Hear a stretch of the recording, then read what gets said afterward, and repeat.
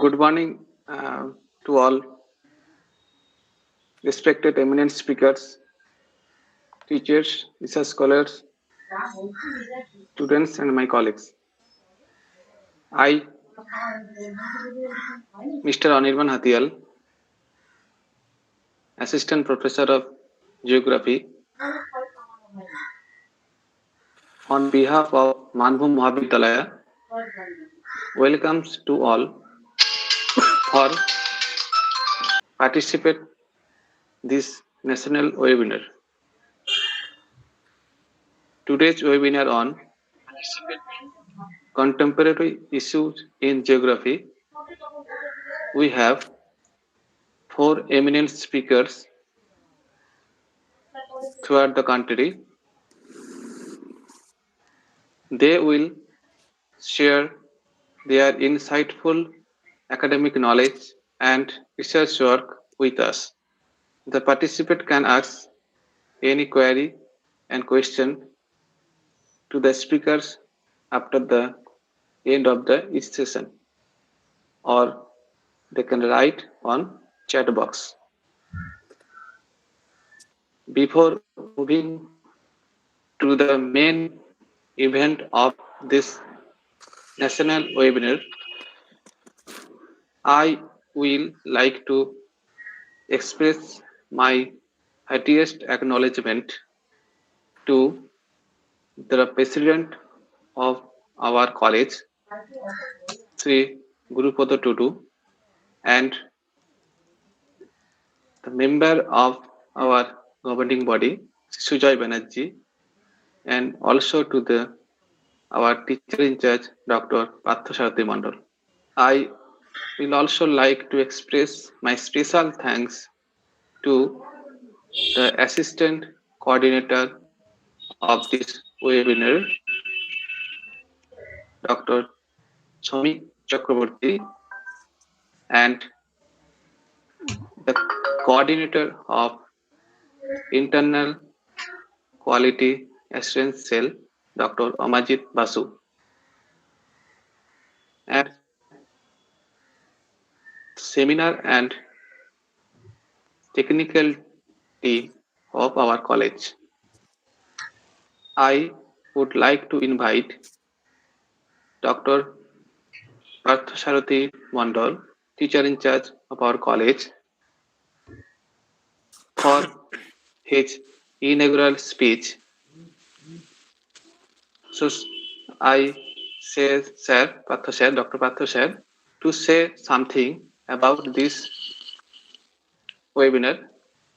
So I share the screen to the Partha sir. Sir, please say something about this. Thank you, Oniban, the head of the Department of Geography of Manbhum Mahavidyalaya. So on behalf of our college, Manbhum Mahavidyalaya, I welcome you all to this national webinar on contemporary issues in geography. So the geography, the very term, as you all know, refers to the earth. And when it refers to the earth, we know that the earth is sick today. Or better to say that humanity is sick today. The pandemic, COVID-19, has taken a heavy toll on human aspiration, human prosperity, human achievements. Rather, we are once again put back to the primitive world. In spite of our scaling the moon, the space, rather other planets, but we fall flat before a microscopic being, a microscopic element, this virus. So challenge is enormous. And result is that we are not in a normal situation. We cannot take our classes. The campus is closed for a long time. But with the blessings of science, the aid of internet, virtual media, we are in a position to connect with each other. We can share our knowledge. We can share our views. And our college, every department has started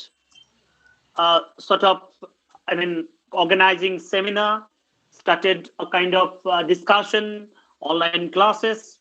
So today is the turn of the geography department, and my special thanks to the eminent speakers, to the participants, and our IQC coordinator, Professor Amajit Basu, other members of the geography department, and the entire technical team. So my thanks to them. And I hope that in spite of the negativity, in spite of the darkness, in spite of the sorrows and sufferings, death and destruction, we are still moving towards the light. And I hope that we will achieve light. We hope that this world will be removed from the sickness. জীবনানন্দের ভাষায় বলতে গেলে ধীরে ধীরে এই পৃথিবী বিতশোক হয়. So I hope gradually normalcy will come back. But since normalcy is not achieved, is not back to our aim, we have to organize such seminars. We cannot actually stop. We cannot stay confined. We are confined, but yes, we have to organize seminars and such kind of virtual platform, so that our thirst for knowledge is little bit satisfied. Our students are benefited. So with that aim, with that objective in mind, we are organizing such a webinar, and we'll go on doing that. So with a very grand success to this webinar, organized by the Department of Geography. And with my regards and thanks, my love to everybody, I conclude, and I hope let God be with us. Let our mission be successful. Thank you very much. Thank you, sir, for your valuable speech. Before start, our first speaker is Dr. Suman, Professor of Geography, Sidho-Kanho-Birsha University, Purulia.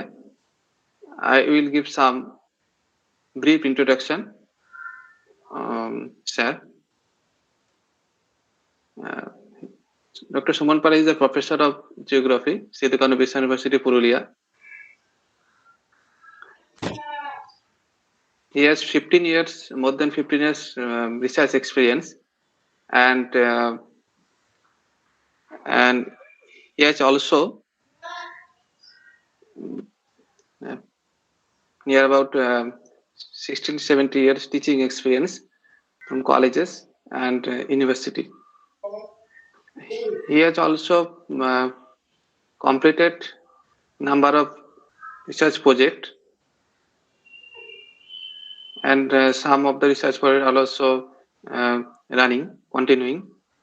So I invite Dr. Suman, Professor of Geography, Sidho-Kanho-Birsha University, Purulia.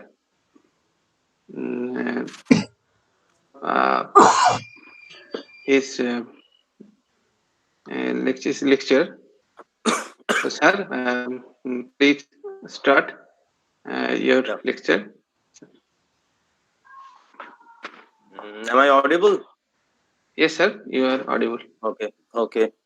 Thank you, Anirban. And thank you, Dr. Parthasarathi Mondal, TIC of Manbhum Mahavidyalaya, for giving this opportunity to make an interaction between the students of geography and different discipline from the different discipline in this pandemic situation. You actually, Dr. Mondal has actually termed that there is a hope of normalcy in near future. And within this pandemic situation, we can't stop our lecture, we can't stop our study. For that reason, we are going to continuing this kind of webinar in this pandemic situation, and this is very new to us. No one have ever gone through this kind of situation. So without taking much more time, I'm just going through my lecture or today's lecture. So my topic of discussion is assessment of coastal multi-hazards risk in coastal West Bengal, India amidst pandemic. So if we consider that multi-hazards is not a new term, but it is a very important issue in coastal West Bengal. And most of the cases in natural hazards assessment basically commonly focused on single hazards like flood, like landslide or cyclones, etc. But when you consider multiple hazards, that means a hazards, not only a hazards, there are several hazards continuously affect the region. And in the coastal West Bengal, frequently storms, severe storms make a large impact into the society. And this kind of severe storms can immediately breaching the embankment, inundate the saline water into the agricultural field. These are the common phenomena. And the aftermath is heavy after a severe cyclone. So there is a link between vulnerability assessment and policy development in respect of government aspects. So if the society is vulnerable, then the headache is heavy for the government. So we need to procure the data of multi-hazards and assess the vulnerability of the society as well. So this is the situation, the why we have select such kind of study. We have to know the rationality of the study.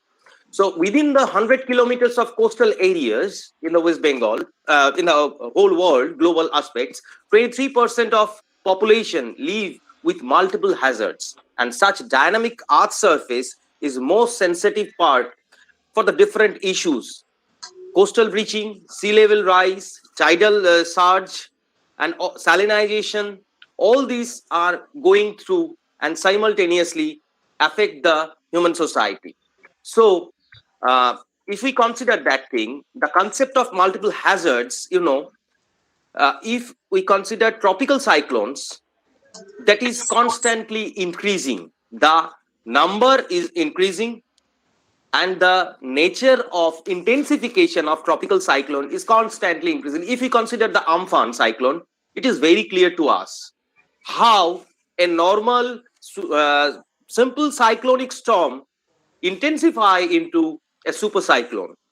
And then when the cyclone is going on and hit the land, that is called landfall, then the heavy gusty winds induced storm surge, nearly 5 to 6 meter high storm surge.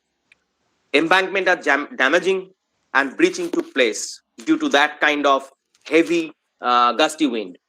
Intrusion of saline water is evident for such kind of embankment breaching into the agricultural land.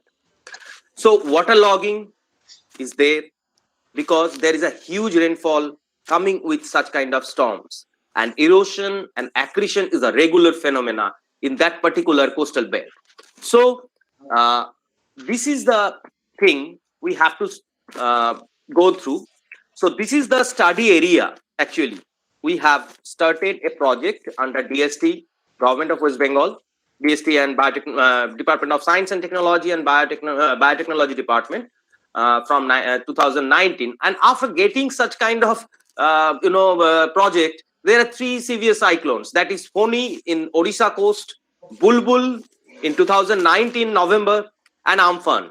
Right now, 2 days earlier, there is another cyclone hit in Andhra coast. So the Kagdip subdivision has been taken, and there is 202 villages under our 4 community development blocks, that is Kagdeep, Namkhana, Pathor Pratima and Shagor, which are these villages constantly facing several type of hazards. One is severe, that is cyclone, and cyclone induce several hazards. Now, the objective of the study is basically the trend and spatiality of tropical cyclone in the Bengal Basin, Bay of Bengal Basin, analyze the pattern of multi-hazards in coastal West Bengal, determine the demographic and socio-economic backwardness in the region. Further, the area has divided into several classes for policy planning. A typical case study has been take place. We have studied several villages. I have just shown one single village to make understand you how we go through for a micro level planning.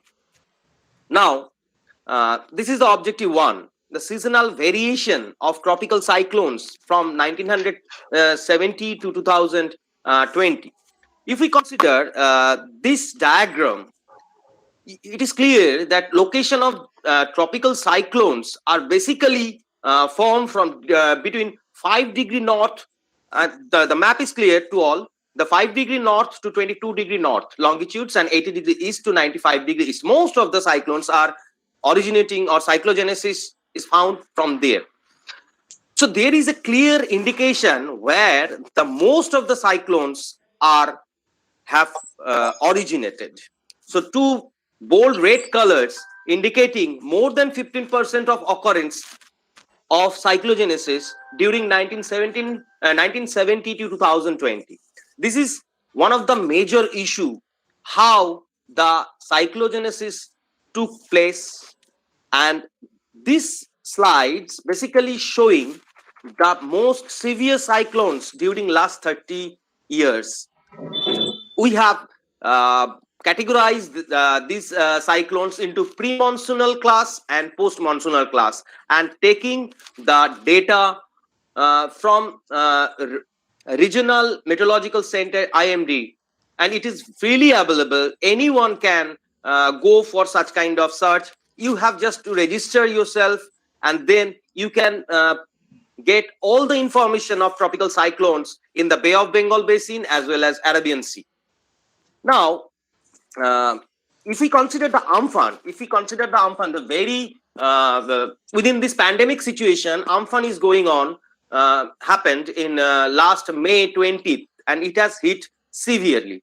But the life loss is not so high due to government management procedure, but the loss of agricultural land and other amenities is huge. According to Roxy Matthew Call, you just look at the picture, the temperature anomaly in the sea surface of Bay of Bengal Basin. Here you can see the situation. Here is the high temperature, indicating the high temperature, and the intensification is going on during the when the cyclone track cross over that particular area and make it into the super cyclone and inundate with huge area with a storm surge of 3 to 4 meter.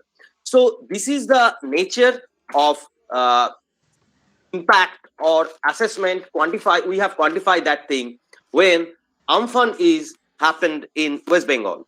Now this is the seasonal variation of landfall of tropical cyclone. Here we have categorized the cyclonic storms according to IMD categorization, that is category 1, 2, 3, 4, 5, before deep depression and depression, that is cyclonic storm, severe cyclonic storm, extremely severe cyclonic storm, and super cyclone, all these things. And this has been mapped accordingly in case of pre-monsoon, in case of monsoon, in case of post-monsoon, and as a whole from 1970.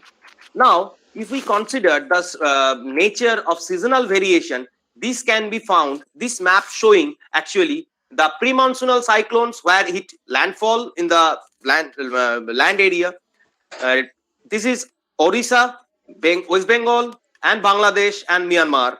These are the areas where we have taken for consideration. And the post-monsoonal case, near about 53% of cyclonic impact is there. And on the case of pre-monsoon, there is 40%. So Indian subcontinent, basically in the eastern part, are facing two bimodal situation. That means two peak bimodal situation of cyclogenesis as well as cyclosis for the study. Now, if we consider the curvature index with striking rate, that curvature index means the quantitative analysis of 144 tropical cyclones from 1990. Here we have studied deep depression as well.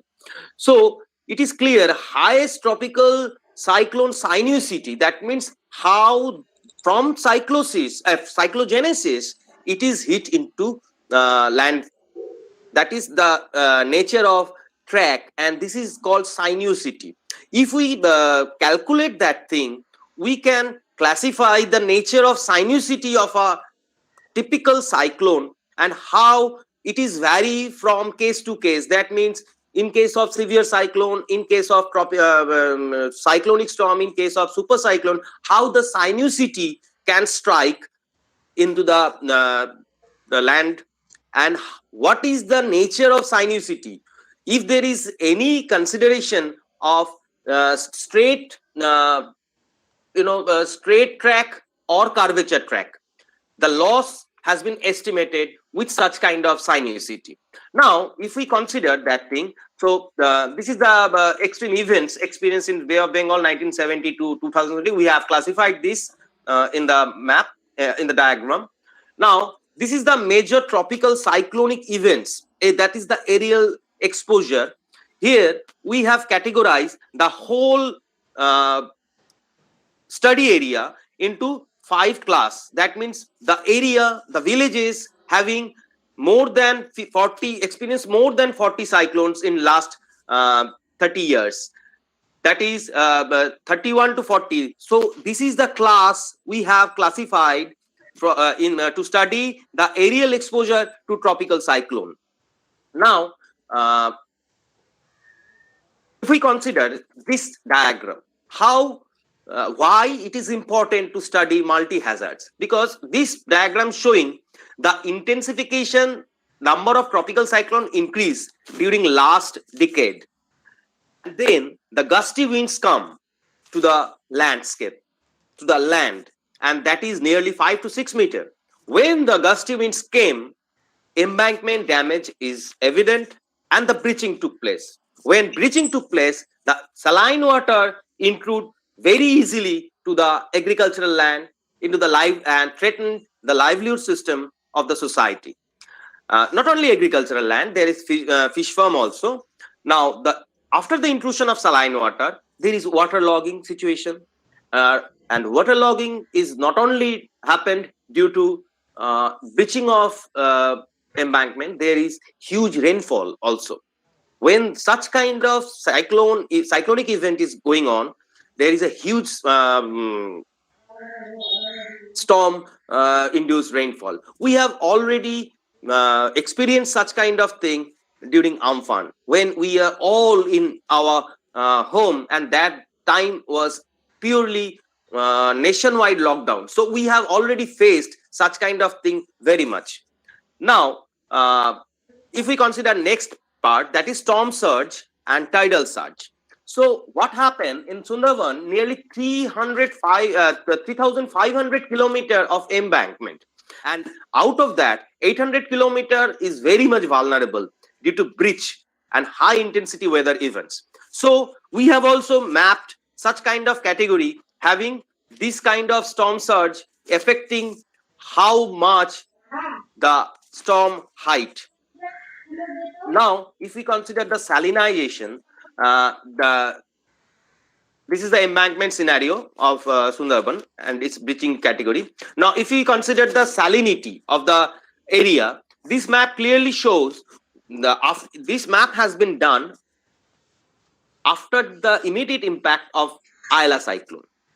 So from this map, from this diagram, we can easily, clearly indicate which villages are very much in case of salinity.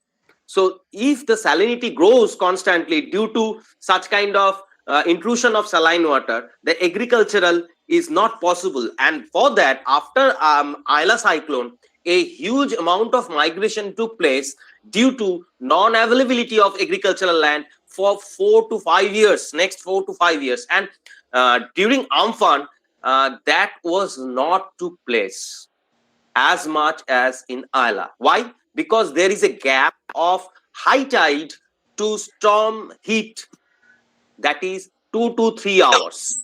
So this gap has saved entire Sundarban region. If that is constant, if that is go simultaneously when the landfall was hit into the Sagar, if there is high tide at that time, that point of time, then it will be devastating. The loss will be devastating. No one can imagine. Maybe a huge amount of Sundarban region will be under submerged, under inundation of saline water. So gap of 2 to 3 hours has saved entire Sundarban. But there is a there are loss of huge agricultural land in the area of Hasnabad, in the area of Bashirhat, Gosaba, because at that point of time when the Ayla took place, Amphan took place and make landfall, there is a two break. One is going towards, one has come towards Kolkata, and another is just right, take the eastern way towards Bangladesh. So that particular track made the impact on Hasnabad, Bashirhat, Gosaba, all the in the some parts of Nadia, in the lower part of southern part of Nadia. All these things happened. Now this is the net erosion and accretion map during last 44 years from during 1975 to 2019, and this has been done with the help of Landsat images, OLI images, and this map clearly shows the how much a village gain or loss, and the year-wise gain and loss. It is an average calculation how much a village has gone through such kind of experience. Now, this is the inundation situation during Ayla and Amphan. See, in the eastern, in the right hand part, the Amphan is clearly make a huge inundation, huge waterlogging in the eastern part of Sundarban. In the western part of Sundarban, that is Sagar, Namkhana, Pathor Pratima, Kakdip. This region is our study of research, and this particular area is have facing a huge amount of water inundation during Amphan.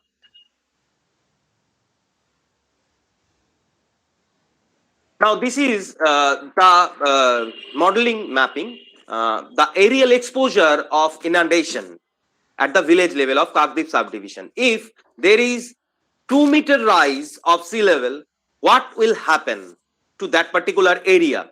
It is in the map extreme corner of the left hand side, extreme corner, that is 2 meter.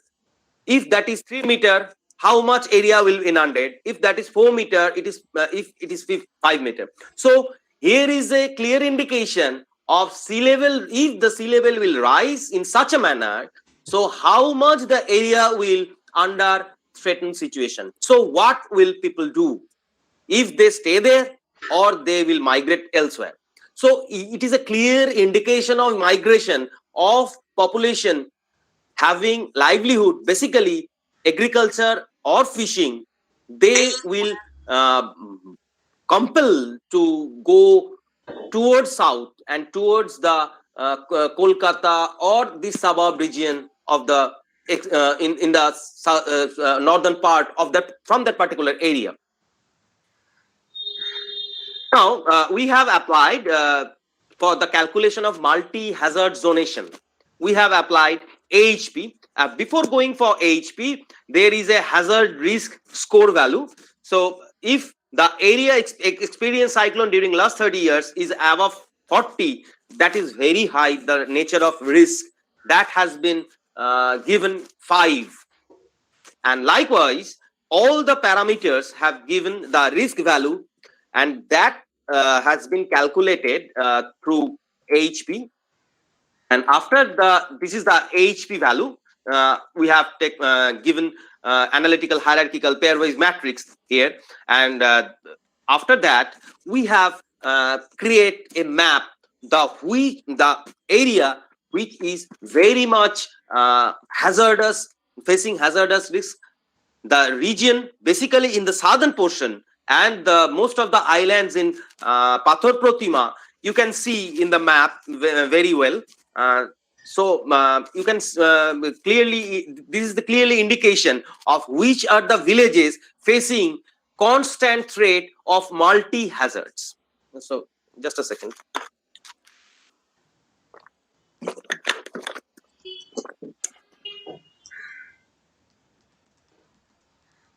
If we consider now the demographic situation and socioeconomic backwardness of the area, now we have the data, we have the calculation, we have quantified the whole scenario under multiple hazards. Now we have to establish, or we have to go for the socioeconomic vulnerability. We have to assess, because it is very important how far the population, the community, the society is ready to face such kind of hazards, and now the combat is going will be take place. Now if we consider the socioeconomic and demographic backwardness, there are demography, we have assessed the thing with 5 components, that is demography, built environment, education, economy and assets. The whole variables have been subclassified into these 5 components. Now after going a PCA, there is a scree plot. The map is clearly showing that the typical 5th component is giving the order that until 5th we have going for this eigenvalue of 5th category. Now this is the rotated component matrix, and here we have found several items, and several items have been next grouped into 5 classes. That means dependency and literacy, quality of life, working structure and pattern, household basic amenities and women. These variables are going to study. Now after that we have assessed the whole study area into village level demographic and socio-economic backwardness, and this map is clearly showing which villages are basically socio-economically backward and which are moderate and which are nearly good.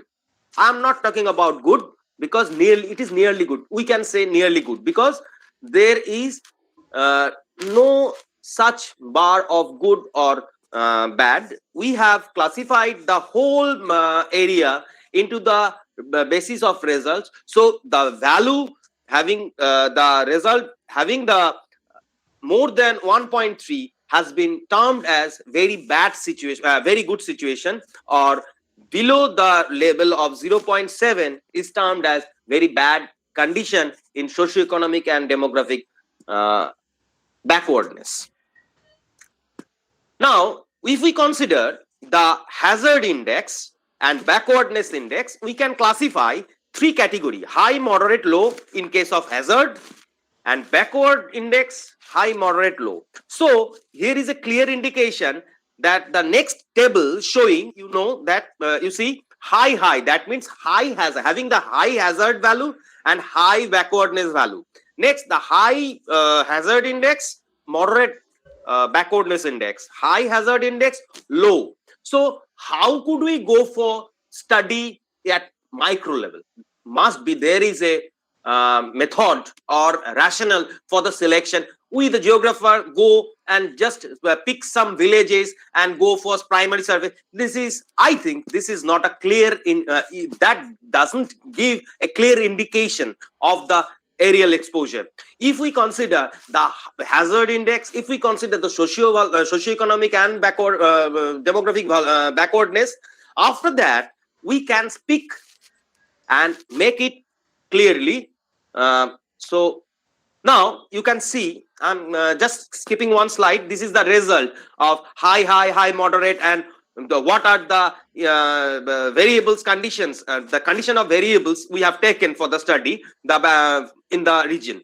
Now, if we consider that the situation is clear, that what are the study area and how the villages is exemplified with high, moderate, low, like this. We have selected 25 villages from different part of the study area, giving two basic thing that should be geographically distributed properly, number one. Number two, that must be within some villages must exposed to the sea, some villages must lies within the creeks and rivers, some villages are just adjoining with the mangroves. So these are the components we have in our mind to select such 25 villages, having clear idea of the region and giving clearly example of each and every geomorphological and as well as socioeconomic criteria. Now, if we consider that thing, the Ishwaripur village, you see at 5, this is the location map. Okay, this is the Ishwaripur village. I am just going for Ishwaripur village. So this is the location of Ishwaripur village. It is in Namkhana actually. So this is the location and these are the parameters. We have sample determining. There is a calculation based on the sample selection. We have go through, and the livelihood groups are cultivators. On the basis of livelihood groups, there are 22 cultivators, fishermen 18, casual labor 29, and businessmen and other jobs are 5. This has been surveyed, having the clear indication how different livelihood groups are facing such kind of hazards and what are their combat strategy. Now, this is the, just I am giving the example, this is the situation during and before and after ILA. Here, you see clearly the image of 2/24/2009, that is before ILA. And after ILA, what happened? The entire landscape has changed. The saline water intrude into the area and make the agriculture impossible. So, this is the clear indication of how the region is vulnerable and how the social backwardness is going on, because the immediate population who are basically along with the livelihood of agriculture, they have to migrate elsewhere because their livelihood is at stake, was at stake. Now, this is another issue in the extreme southern part of Ishwaripur village in Namkhana. Here you see the area which is quite good in agriculture before the ILA. And what happened after the ILA? The entire region has been salinized. And we go through their sites and having a clear indication of salinization and impact of salinization. So these are going on. You know, this is the depletion of mangroves. One of the important issue is the deforestation in that region due to some Behera, fish farm, and there is a nexus between political persons as well as the outsider. They make the area into the piscicultural activity, destructing the mangroves. So if there is a mangrove buffer, the saline water or the embankment breaching is not possible. There is no need of embankment. There is no need of embankment. Mangrove is constantly giving the embankment situation, and this is a very problematic situation right now in the Sundarban region. Most of the mangroves have been cut out due to pisciculture activity, and there I am repeatedly telling that there is a nexus between local politicians as well as the outsider. they are very much eager to earn money with such kind of thing, and this is constantly growing. So if we consider the Ishwaripur village, that particular village cyclonic hazard faced by the population is 37 times during last 30 years, and the erosion is 2.21 hectare per year. Tidal surge they faced high at 3.6 meter. So embankment, due to that kind of situation, 4/5 embankment is vulnerable and 2/5 of embankment has been breached. Now, nearly 25% arable land is under salinized. If a particular village having 100% of agricultural area and 25% is under salinized, there must be a shifting of occupation, and there must be a shifting of population for migration. So 32.4% land will be inundated within 3 to 4 meter storm or tidal surge. If there is 3 to 4 meter tidal surge in near future, and it will take place very soon, at this study is going on, another study is going on, how the intensification is going on in the area and what are the probability of such kind of hazards, what are the return period of such kind of tropical cyclones in that particular area. That study is going on, and that simulation process is going on, so we can predict how far they are, how long they will facing such kind of huge intensified tidal storm. So we have to make themselves ready for such combating, to combat such kind of results. And the index of social vulnerability, we have found the score is there. So very social, the lower figure is here we found overall score 0.622, which is not good. It is moderate. It is moderate in nature. So this is the micro level planning. This is the policy planning for micro level study. Each and every village has been studied likewise, and then it has been put forward in this manner. Now the hazard exposure is 4.12 and the social vulnerability is 0.62. So where is the village is located? If that is in red, greatest challenge and urgency to act. It is in light green, it is few challenges present but have time to ready. So these quadrant clearly indicate what are the situation of a particular village we have studied and what are the issues we have to address for the policy planning to the local government, that is panchayat, to the district government, to the state government. So this is the Amphan situation of Amphan. We have collected through field visit during after the Amphan, because it is collected after and taken the picture after 1st June, because due to pandemic situation there is a worldwide lockdown.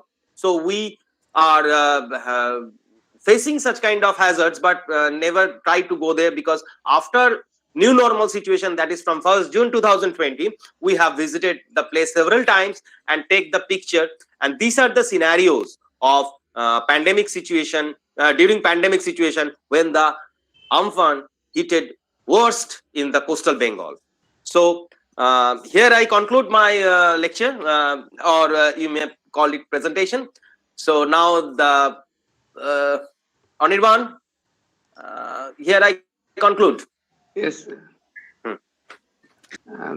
So this is thank you, sir, for your valuable and knowledgeful speech and information about social vulnerability and multi-hazard vulnerability.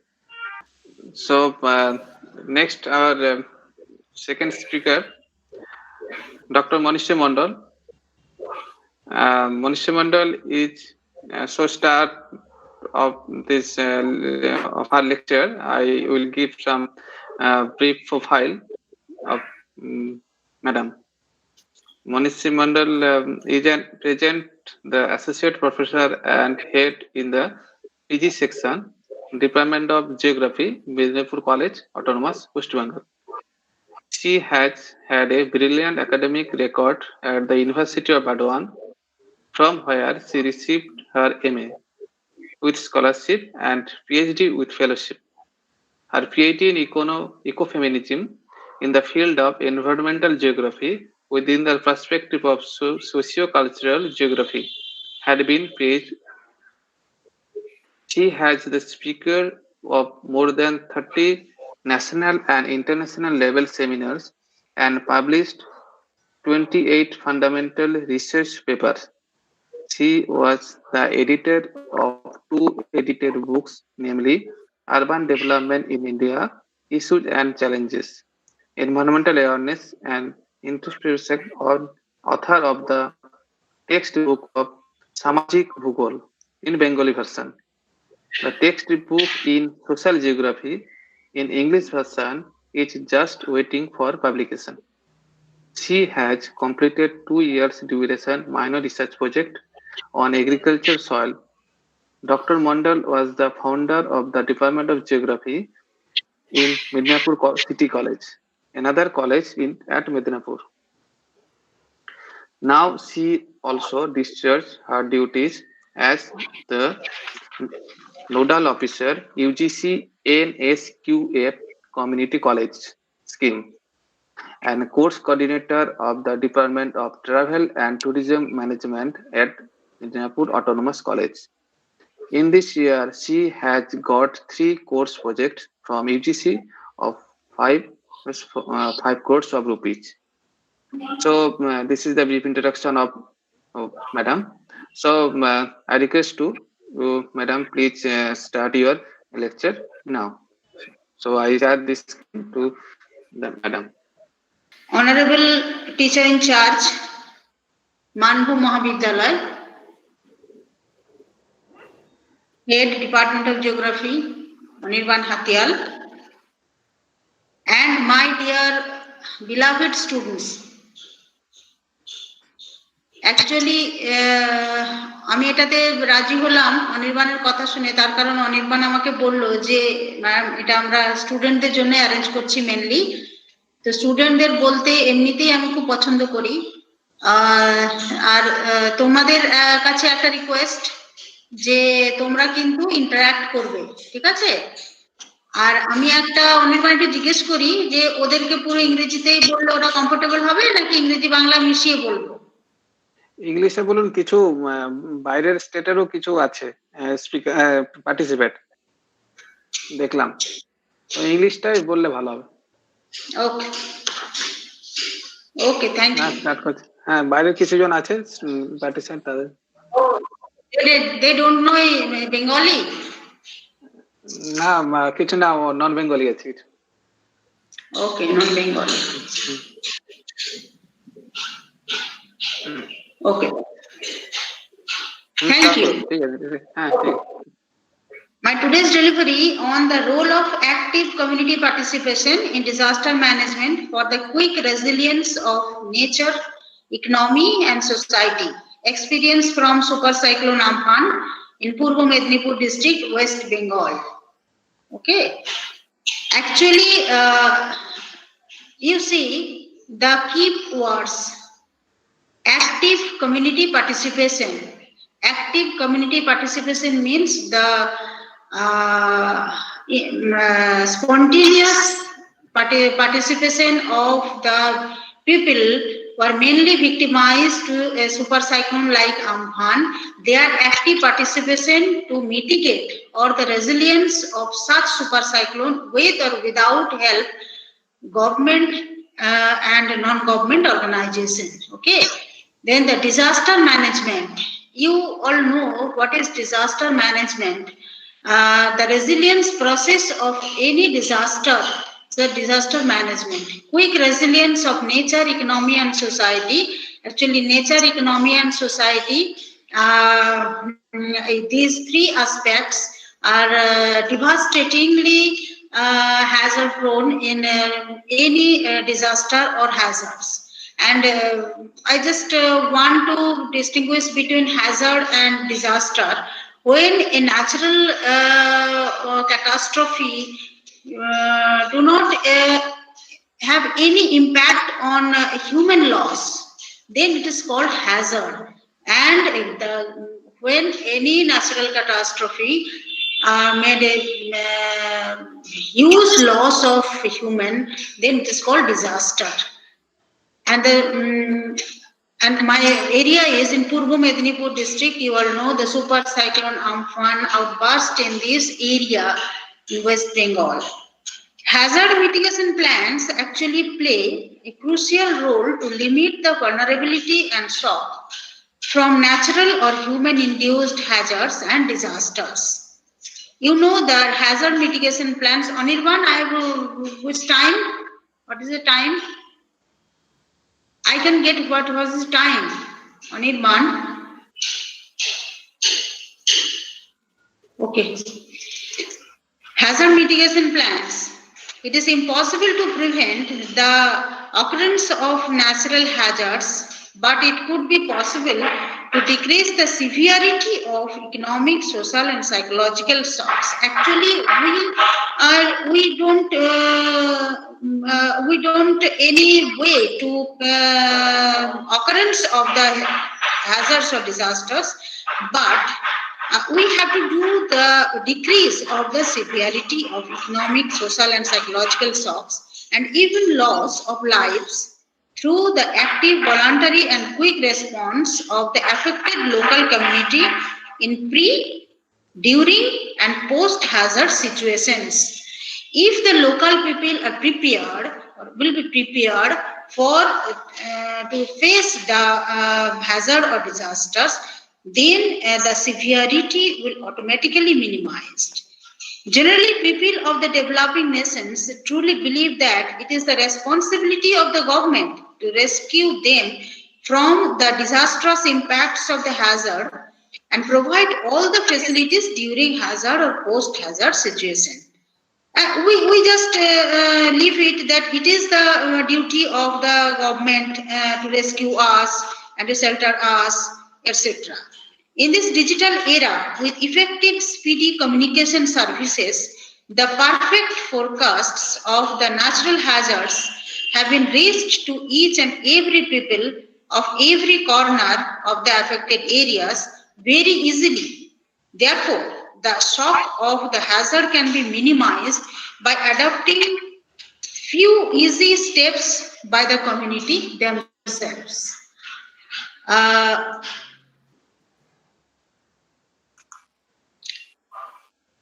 Purbo Medinipur district is our study area. We visited just after the Amphan shock. It's one of the southernmost cyclone-prone coastal district of West Bengal. You know all where is the Purbo Medinipur district, situated northern Bay of Bengal.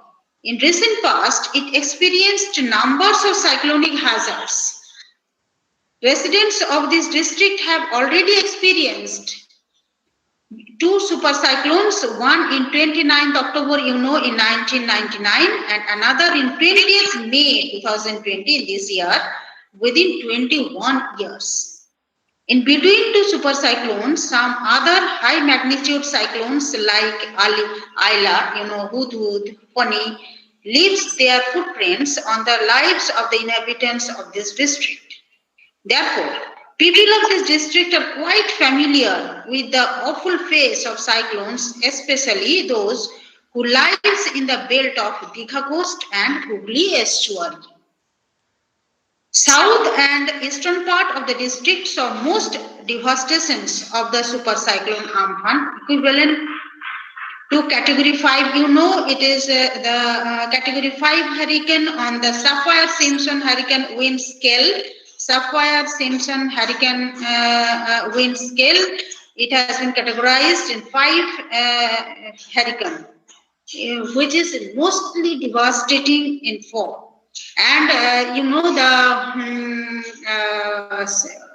when a cyclone is designated as super cyclone, when its wind speed is more than 222 km per hour.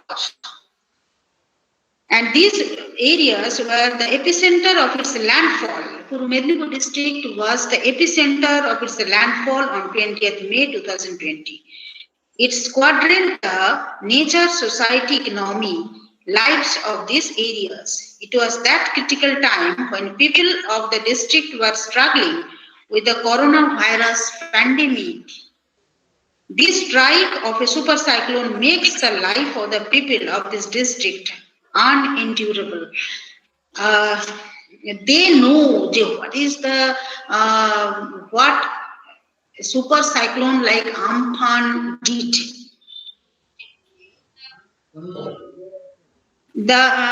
Actually, in this slide, you observe the track of super cyclone Amphan.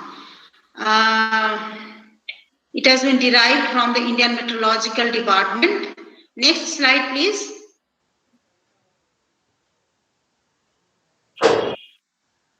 Hello, next slide. Okay, this is the location map. You know, I have already discussed the location map. India, West Bengal and Purulia, and this map has been taken from administrative Mednipur block division officer Mednipur Jilla Parishad. Okay, next slide. The study area at a glance. Area 4713 square kilometer, total population 5095875. Total population density 1081 per square kilometer. Literacy rate 87.02%. You know the Mednipur district educationally number 1 in West Bengal. Number 1 in West Bengal at result of Madhyamik and Uch Madhyamik, or the Madhyamik or higher secondary or higher secondary level. Always in number 1. Number of city blocks 25, subdivisions 4, Tamlokul de Igran Kontai, number of municipalities 5, and urban population is 11.63%. Okay, next slide please.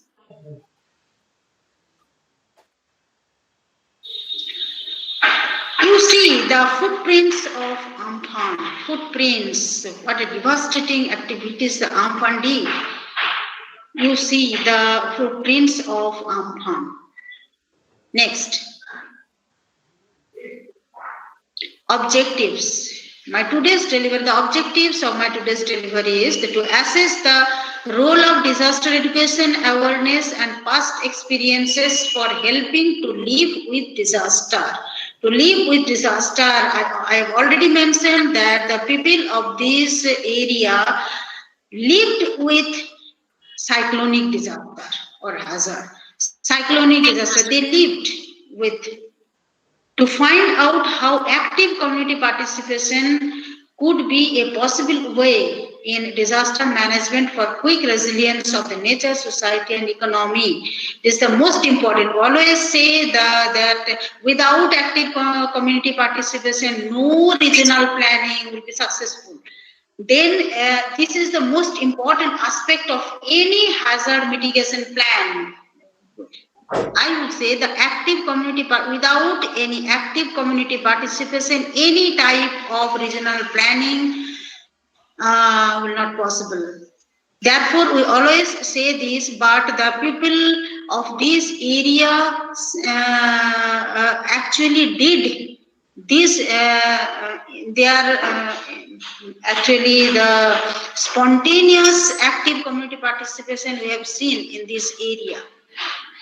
To find out how active community participation could be a possible way in disaster management for quick resilience of the nature, society and economy.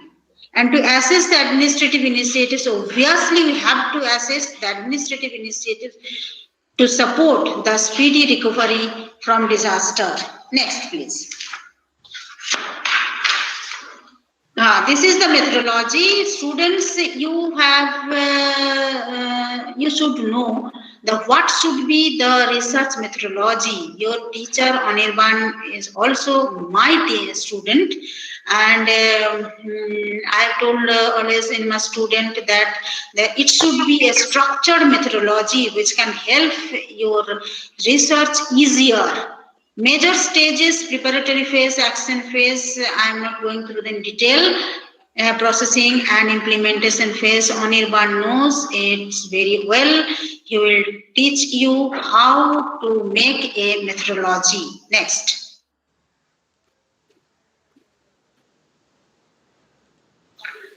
Struggle for survival of local community against super cyclone Amphan. How the local people community struggle against this super cyclone Amphan. My today's story is just based upon this. Next. We can divide the total hazard period into three. Pre-phase hazard, in-phase hazard, and post-phase hazard. The preparatory is the pre-phase hazard. Here you can see disaster knowledge, awareness, and previous experiences. How they access the information of Amphan time period before a week, 3 or 4 days earlier, at the very last day, and no information. You can see 82% people responded before a week. They knew the information about Amphan will come, and the quick accessible sources of information. Sources, what are the sources? Which are the sources? Radio, TV, newspaper. You know, the recent age is the age of communication, speedy communication.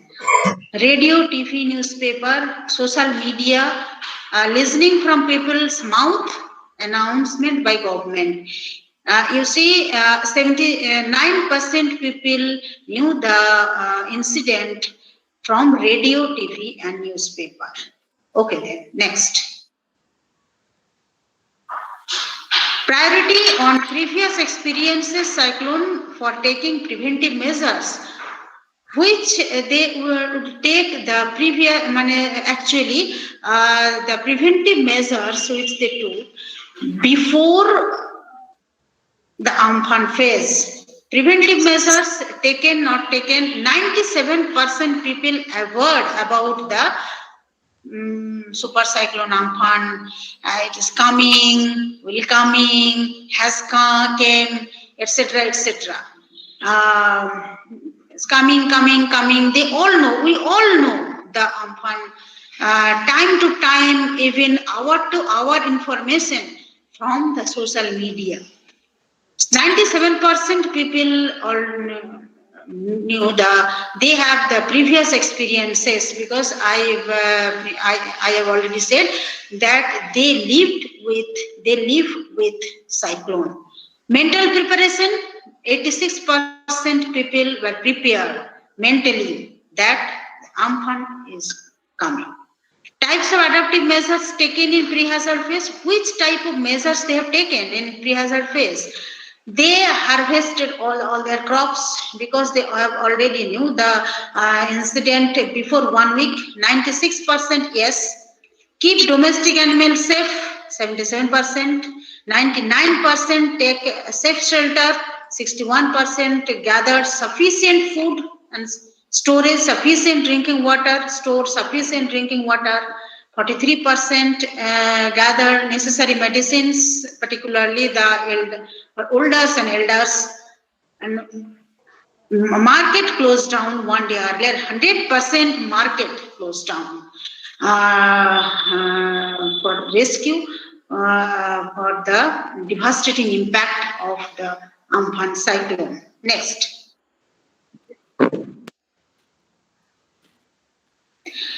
Now in hazard phase, within the hazard, what they did within the hazard, awareness during in hazard phase, nature of activity, 100% were in safe shelter and or at safe home.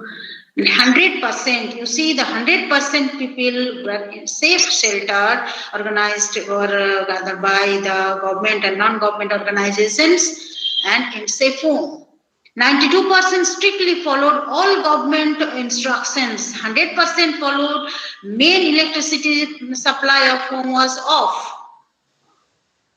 These are the measures they have taken in hazard phase in the time of Amphan cyclone. 95% keep in touch with neighbors at a regular interval. 83% taking update from media at a regular interval. update taken from their phone or phone, etc. Careful about fallen electric wires.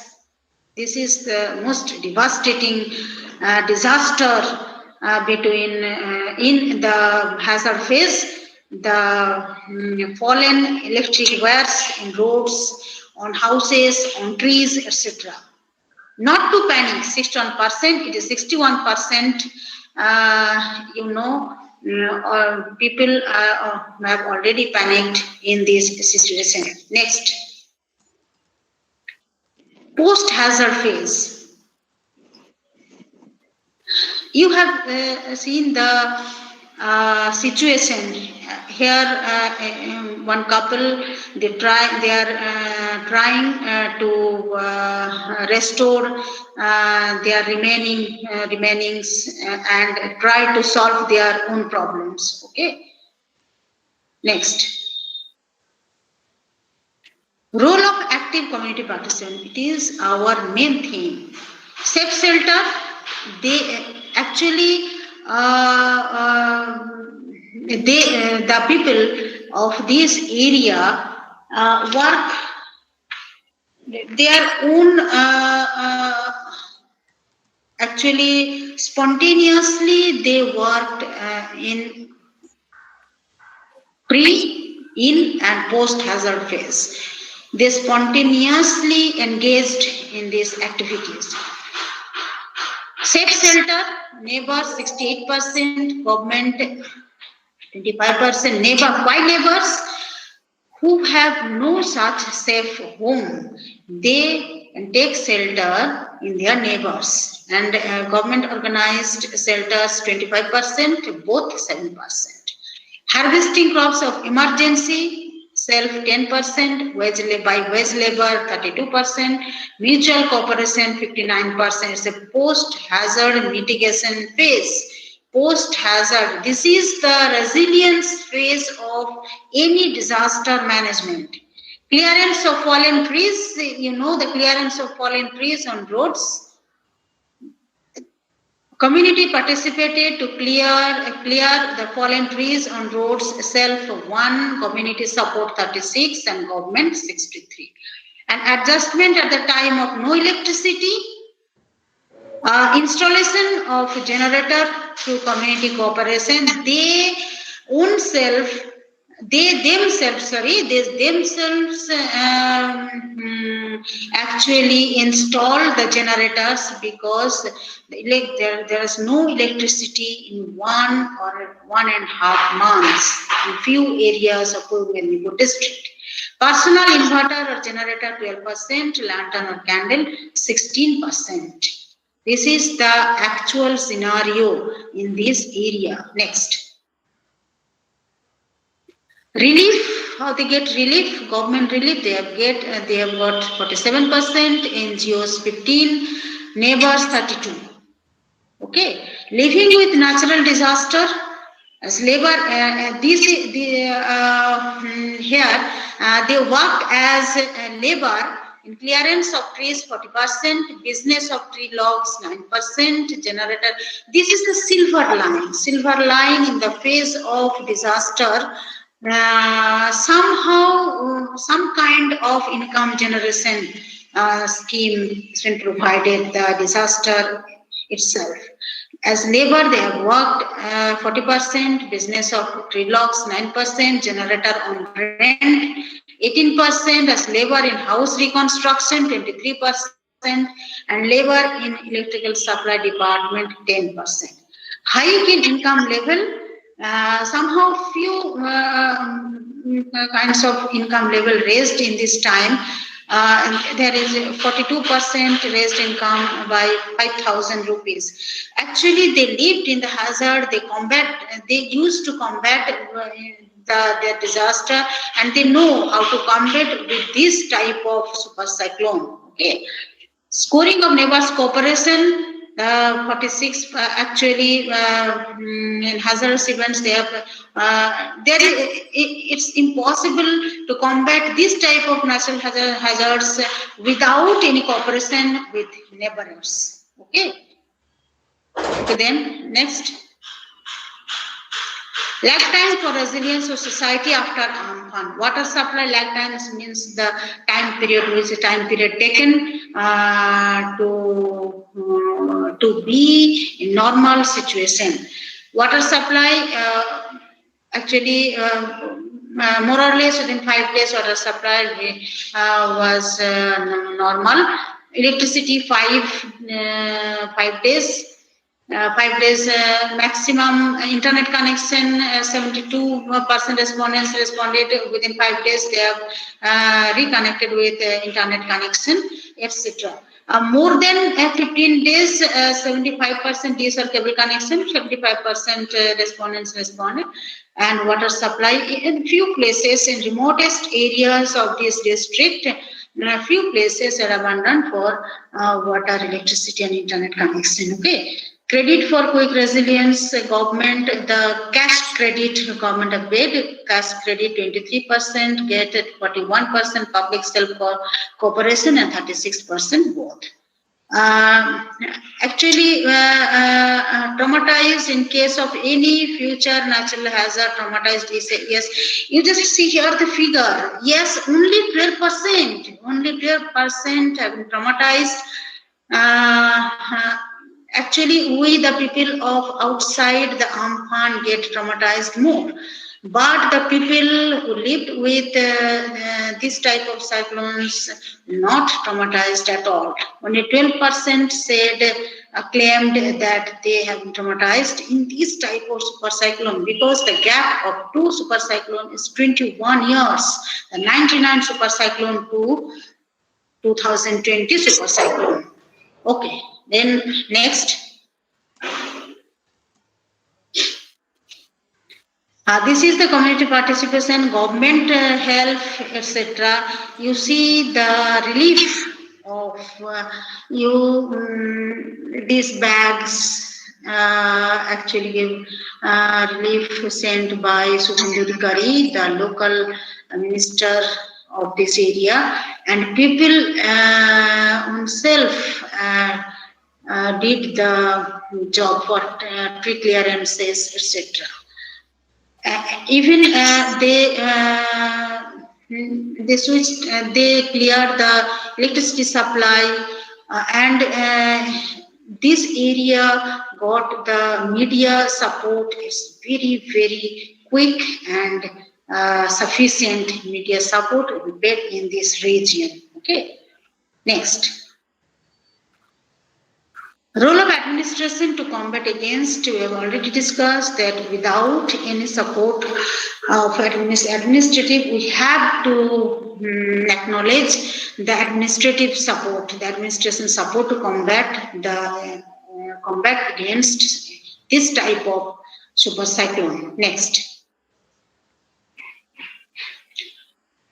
Yes, you know the government relief in terms of food, medicines, gas, building materials, etc. The people in this area have got this type of support from administrative. This is a long table, and I think this is not to be mentioned here. You all know, and which government support they will get in time of this cyclonic disaster. Next is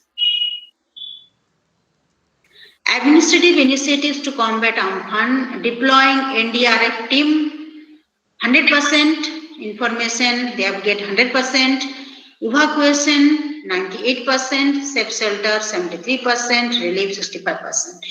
This is the actual scenario of the government support.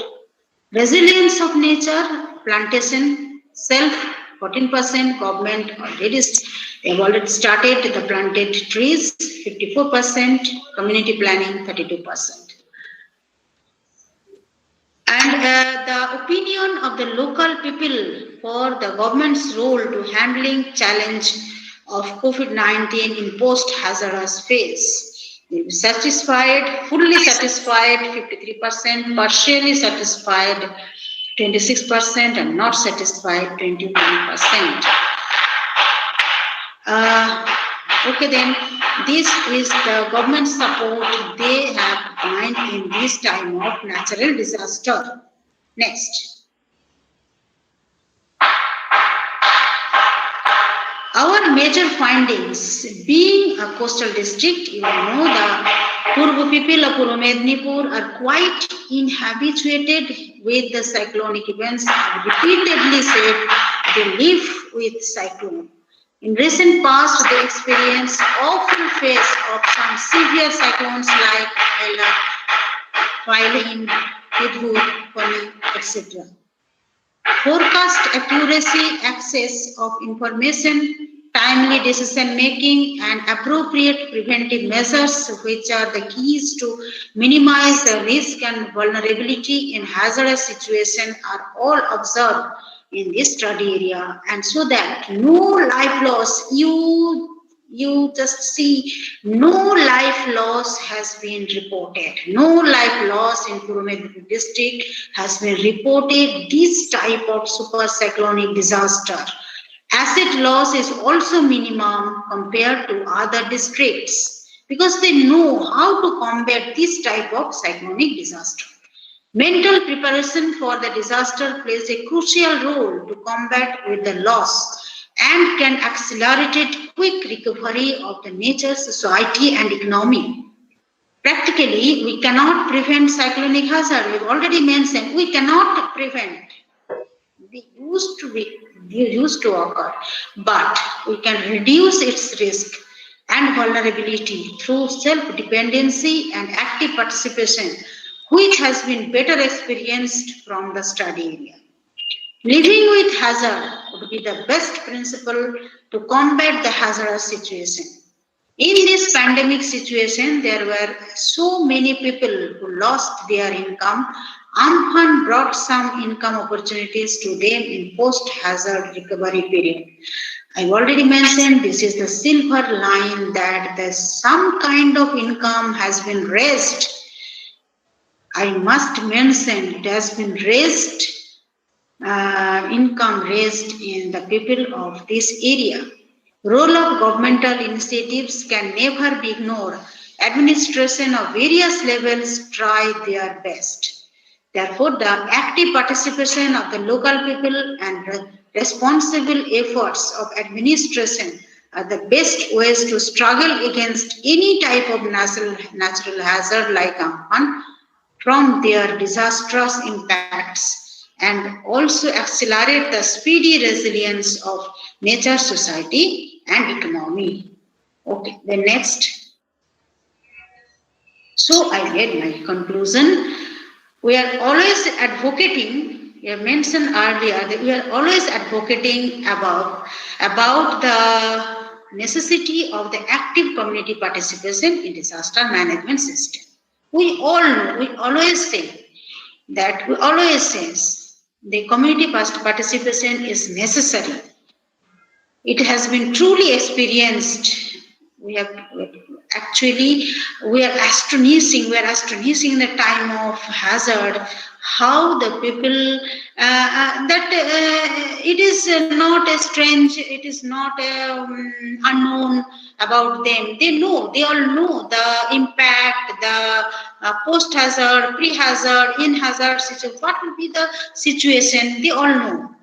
Truly experienced in the study area. The very common people across caste, religion or economic status have built such self-confidence and courage that they are always ready to face this type of disaster. I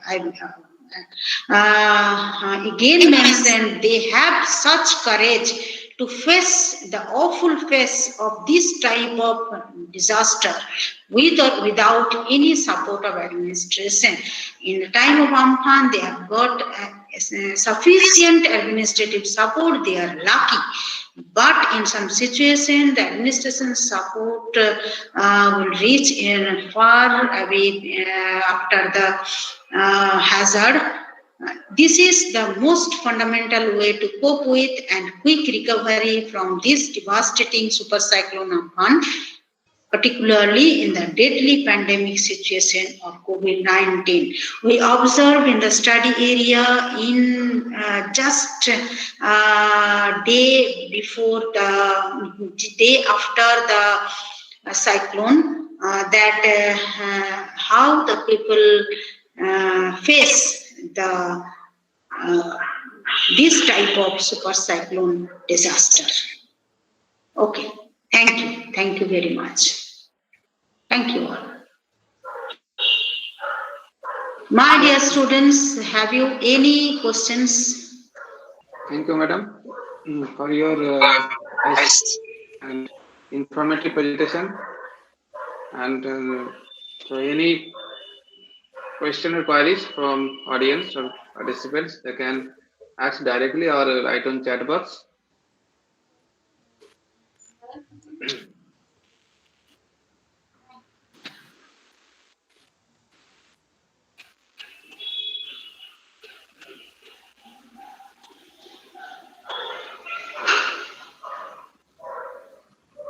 Okay, then I think they have no questions. As usual.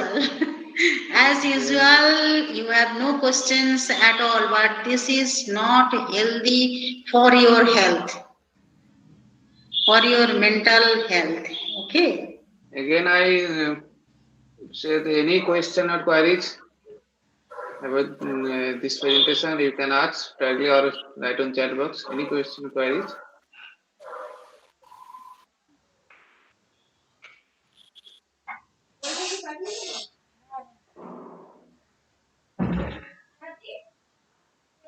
So no question. Okay. Thank you, madam, for your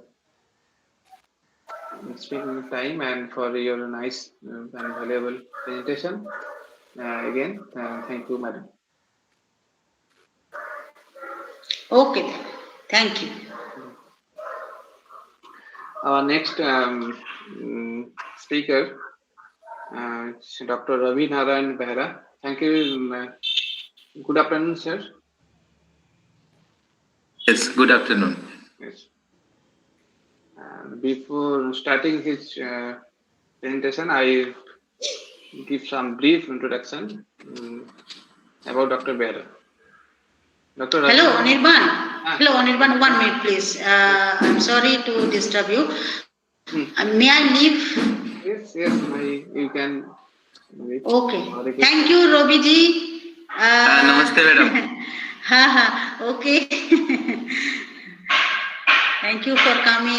Anirban is my student also. Please, ma'am, come in the Bharatpuri session. If you have time, please come in Bharatpuri session. Around 2 p.m. Okay, 2 p.m. Okay, thank you. Thank you.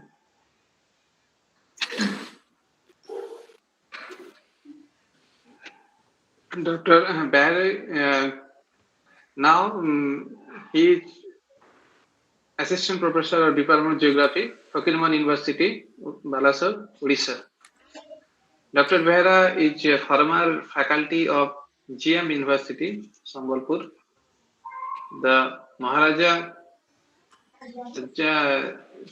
Sayaji Rao University of Baroda, Gujarat, and Regional Institute of Education, NCERT, Bhubaneswar.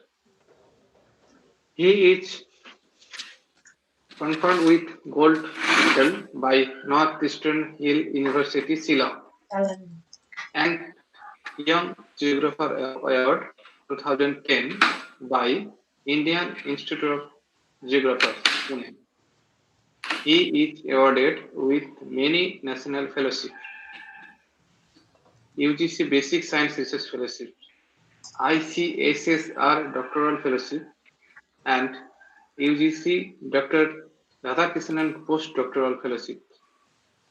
Research, he is a recipient of International Travel Grant from International Union for Scientific Study of Population, IUSSP Spain, and Institute of Bergen, Norway.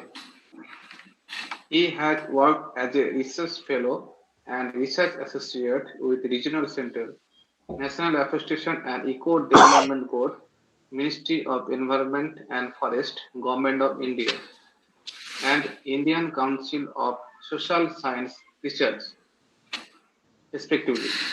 He is trained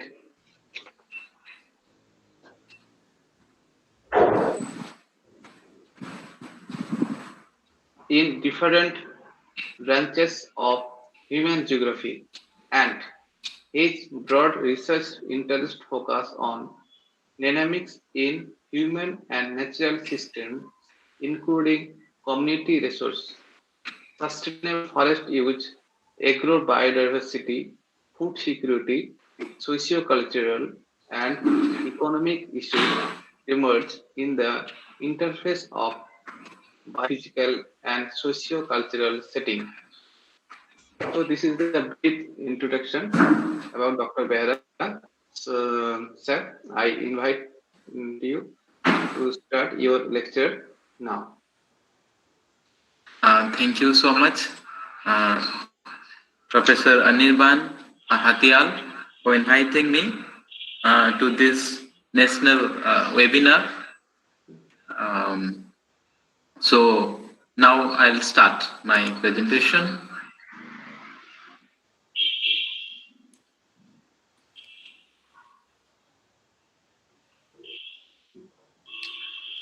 So all of us are quite acquainted with the term agrobiodiversity.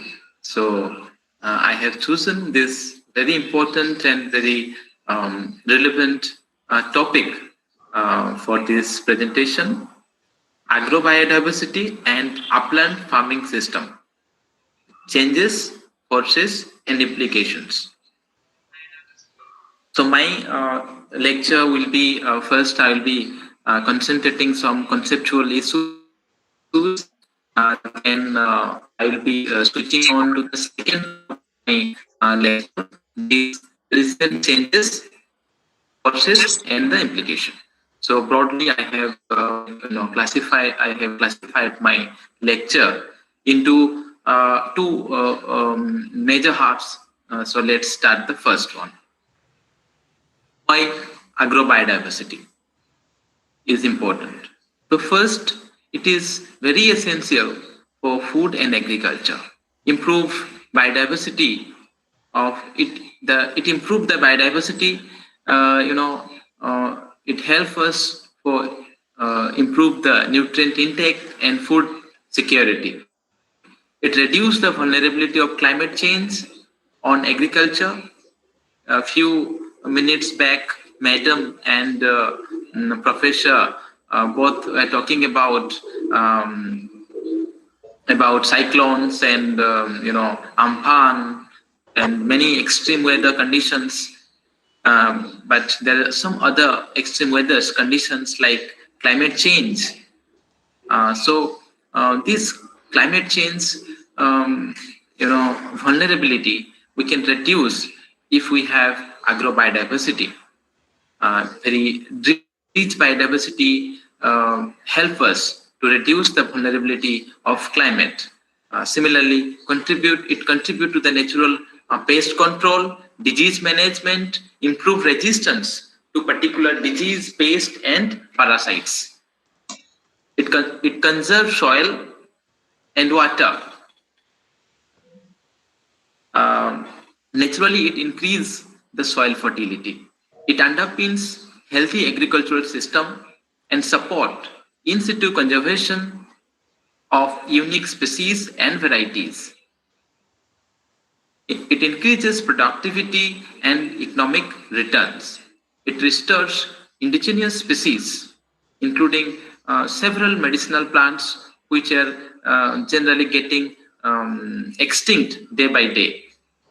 And there are many more importance of agrobiodiversity, but let's come to the definition and how we define agrobiodiversity. If we see the definition of Food and Agricultural Organization of UN, then it define it give a very broad definition. It says the variety and variability of animal, plants, and microorganisms that are used directly or indirectly for food and agriculture, including crops, livestock, forestry, fishery, and it's a very broad definition. Food, fodder, fiber, and fuel. These four things we get from biodiversity, and particularly from agrobiodiversity. So it also includes the diversity of non-harvested species like soil microorganisms, predators, and pollinators. Okay, so this is the broad definition given by the Food and Agricultural Organization. So let's see some other definition like Juan, who define agrobiodiversity, and he say that it is a subset of biodiversity, both domesticated and wild, which contribute in one way or another way to agriculture and food production. It is a green, renewable resource that can help global effort to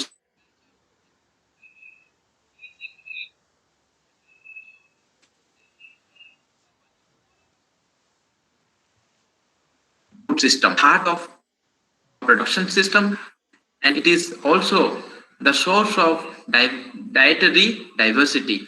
So if we don't have agrobiodiversity, we cannot think of a diversity.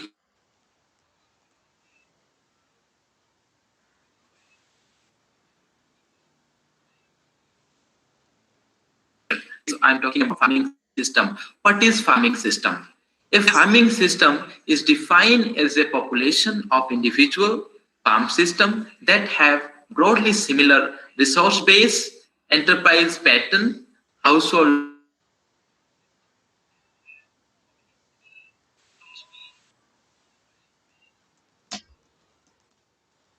similar would be appropriate. So now this is about farming system. So what is farm? What is farm system? So let's know what is farm system. Farm system refers to individual farm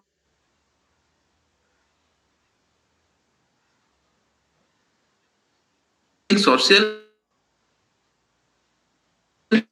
are organized to produce food and to meet their household goal through a range of activities, including independent gathering, production, food harvest processes, livestock keeping, fishing, agroforestry, hunting, gathering activities, and off-farm incomes. So you see, farm system is very big, again, so in this picture, we can, this is a simple model of farm system.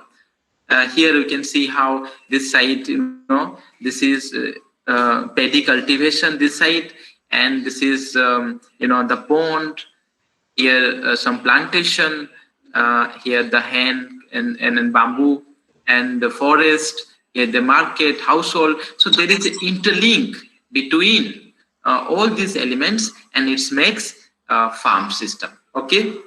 So next is upland region, because I have given the topic upland farming system. So what is upland? Upland regions include hilly areas, are generally characterized by geographical conditions accentuating inaccessibility. Like you have West Bengal, you have area, hilly areas in Darjeeling side. So likewise, there are many hilly regions in India. So these regions is characterized by inaccessibility, fragility, marginality, heterogeneity, natural instability, and human adaptation to mechanism. Upland areas are different from lowland in terms of their geography, topographic feature, climate diversity of habitations of flora and fauna, ethnic diversity, land use and land cover, and other socioeconomic conditions. So these are the characteristics how a upland or a hilly region is different from a plain region. I guess all of you, around your college, particularly I'm talking about the Manbhum College, it's a plain region, but here we are talking about a hilly region, a case of hilly region.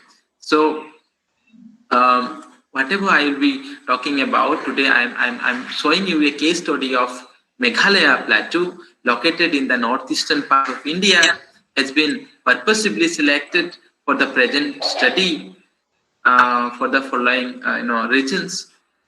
Although Meghalaya is a plateau, but the topography presents a more rugged terrain and full of hills, gorges, deep valleys, and high ridges, unlike the peninsula plateau of India. So this is the, I think you know about this. This plateau is elongated in a shape and located in the northeastern part of India. One side is Bangladesh, another side is Assam. So let's see the some of the regional personalities of the region. The region is predominantly hilly and home of many tribes, and they have a matrilineal society. And all this, their day-to-day life, land use and forest, everything is guided by the customary law. Okay, and the livelihood is mostly based on agricultural activities. It has poor infrastructure and predominantly rural population. You see the transportation and the communication, then the area is having very less means, and there is no train communication. So it's mostly depends on road. Okay. So the context. Now let's see the context. If you see in many South Asian countries, not only Meghalaya, have witnessed a shift from traditional to high value crop, which mostly changes in the land use patterns and changes in the cropping pattern. So what are the changes? The first change is subsistence cropping to commercial farming. Then next is multi-cropping to monocropping, traditional cropping to modern cropping, food to non-food cropping.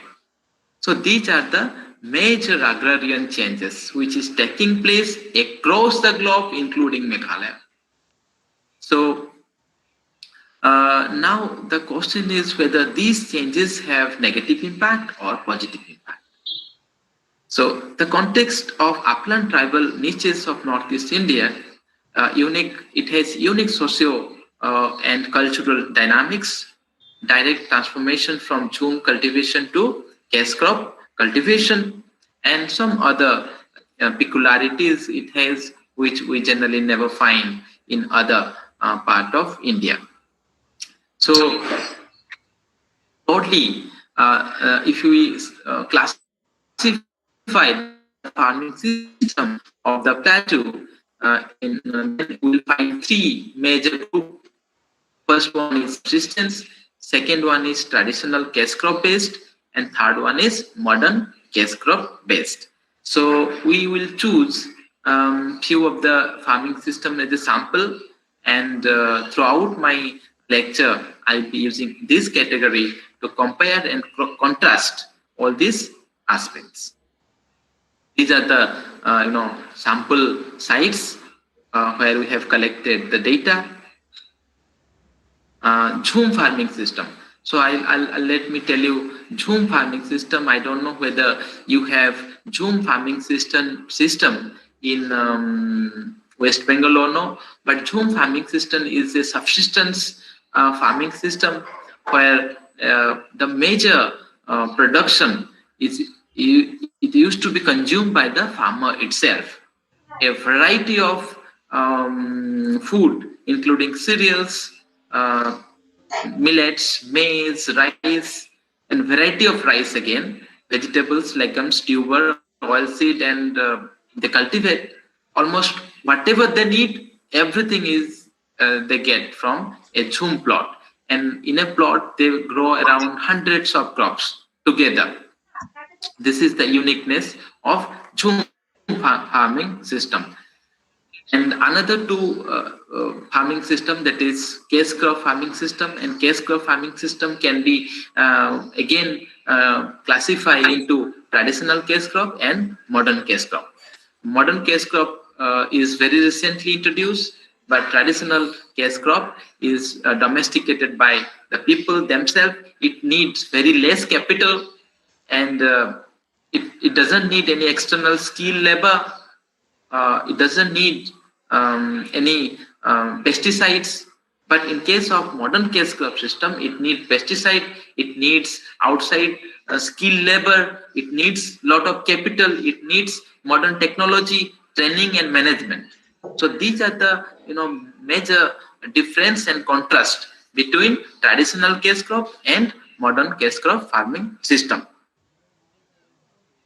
So evolution of case crop regions, if you see this diagram, and many of you might have visited to Guwahati. From Guwahati, if you are moving towards Shillong, this is Brahmaputra Valley, and in your right side, and if you are starting towards, then first this part you will get, pineapple, areca nut, black pepper, rubber, tea, cashew nut, and strawberry. This from here to here. And if you go a little bit much higher, up to around 1500 elevation, you will get broom and ginger. Then after that, you will get only potato in the central plateau. You will get only potato and vegetable cultivation. And if you again go down to this side towards the Bangladesh plain, you will get indigenous fruits and broom. And after that, if you go a little bit down, around 1000 elevation and below, then you will get areca nut, citrus, betel leaf, black pepper, and broom cultivation. This certain precipitous sloping area, you will get this kind of crop. So this diagram shows the evolution of different case crop regimes in the plateau. So now we'll see the changes in agro biodiversity, and this I'll divide into two parts again. That is agro biodiversity in agricultural field and agro biodiversity in home garden.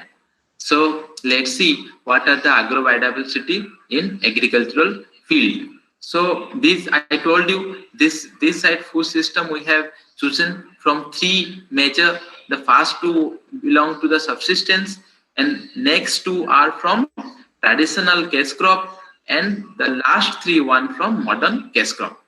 That is, rubber, tea, and strawberry. These two are modern case crop, and next in the middle, these three, that is broom, areca nut, and ginger farming system belong to traditional case crop, and the first two, that is these first two, belong to the subsistence.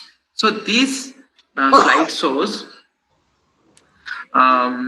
subsistence crops are dominating in the first two Zoom farming systems. Subsistence crops, is the diversity is high here, but in case of case crop systems, no food crops cultivated, and mostly those food crops, if cultivated, they are not for home consumption but for selling in the market. So let's see the picture of agrodiversity under different farming system. So the first farming system, we have 3 types of cereals, 7 types of tubers, and 16 types of vegetables, and 6 types of, again, leafy vegetables, spices and oil seeds, and pulses. So first, these two farming systems have very high variety of agrobiodiversity if you compare to the rubber and tea and strawberry. And the traditional case crop system, that is broom grass, areca nut and ginger, having moderate level of agro biodiversity. So you can see the first picture here. This picture is showing a millet, a type of millet that is called pearl millet. And the second one, this one, the pearl millet in the agricultural field. And this picture is showing a type of millet that is called finger millet. And the third picture is showing broom grass. And this one is showing strawberry plantation. And the last one, this is a female who is preparing the food, that is she is taking out the husk out of rice. They are using this kind of traditional technology. So now let's see some more pictures from Jhum system. So you see the food basket of a Jhum system, or you can say subsistence farming system, is a very big and full of variety of crops. Okay, so each houses in Jhum farming system is the second picture. You see, this is the house and this is the storage house. Another big house is there adjacent to the house, and that is only meant for storing food. And if you go inside the house, then you will get various type of food crops which are stored, and various type of potatoes, particularly you will not get so-called potato what we eat there. You will get a range of potatoes which we have never seen. Like the third picture, this one I had never seen until unless I visited that place. Then colocasia, yam, and many types of tuber crops you will get inside that storage house. And the last picture, that is F, it shows another storage house that is only meant for food. It signifies that this food system is having a lot of diversity in food, dietary habits, and many things will come later of this presentation. So this one, again, you see, this is another type of millets. That is another type of millets that is called foxtail millets. And many of us might not have seen this kind of crops before. Those are only you will find in this farming system. So next, come to home garden. What is home garden? That is, home garden is an old days and worldwide activity, exceptionally vital for rural life and livelihood. Culturally controlled biodiversity you will get there, and composed of multi-species, multi-storage, and multi-purpose. Globally, it contributes a lot for food and nutritional security and agrobiodiversity. So home gardens, if you see, you'll find each and every home have a home garden in Jhum farming system. Here you can see almost each and every household having home garden, and in broom cultivation they have, but in areca nut plantation, that is again a traditional cash crop, that doesn't have home garden. Ginger they have, rubber they have, and strawberry also they have, but they have a little bit lesser compared to the Jhum farming system. So let's see the diversity of agrobiodiversity in home gardens. So if you see major crops in the first two farming system, that is in the subsistence farming system, crop diversity is very high, and this yellow mark and red mark, it shows the commercial crops. But in case of broom, it is mostly commercialized. Bay leaf, bustard oyster, and blackberry and mulberry. These are the commercial crops they have introduced in the home gardens. So now home gardens are encroached by the cash crop. So home gardens are no more providing food to the house itself. So it shows there is gradual commercialization of home gardens. Similarly, if you come to modern cash crop systems, you will find areca nut and bay leaf are penetrating heavily into home gardens. You see this picture.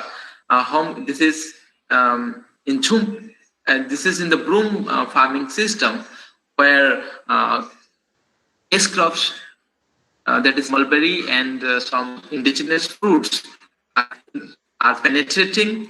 And if you go to those villages, you will find every morning these small vehicles transporting cash crops to the neighboring cities. But in case of ginger farming system, you will get very big home garden, and it produces lot of variety of vegetables, and they are not commercialized.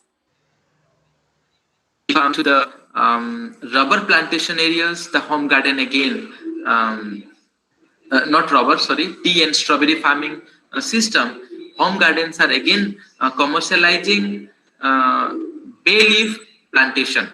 हम लोग जिसको तेज पत्ता बोलते हैं, that is penetrating into the home gardens of tea and strawberry farming. And in rubber farming system, the home gardens are now full of areca nut plantation. The second picture, that is F.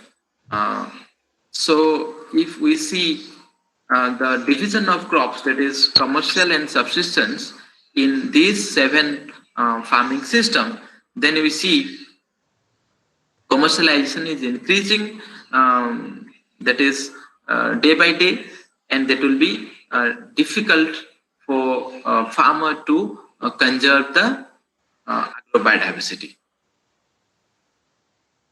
So now the question is, what are the forces responsible for these changes? So few of the writers, they say this is the colonialism. Some they say it is developmentalism and neoliberalism. Some say no, it is because of the capitalism. And some says the poor and landless laborer, particularly the hungry population, they choose to switch on to the cash crops because they need very quick maturing varieties and non-perishable crops.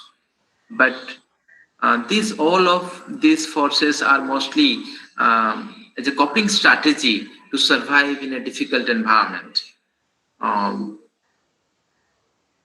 But others says no, this is because of the process of globalization. Some of the researchers, they found demographic forces, that is rapid population growth, is one of the major force behind the commercialization of home gardens and agricultural field.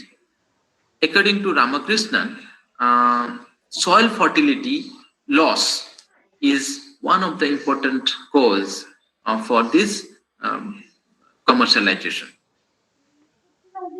And recently, if you see state intervention, that is government policies, are one of the very influential factor for commercialization.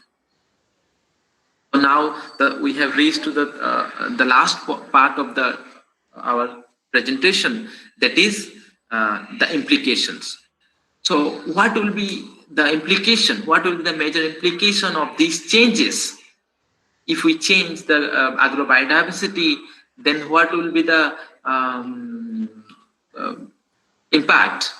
The first impact will be on food sources. Before, people used to, get from their own production, that is from the agricultural field and from the home gardens. Now it is shifted to the market. Everything now we have to buy from the market. This is one of the major change.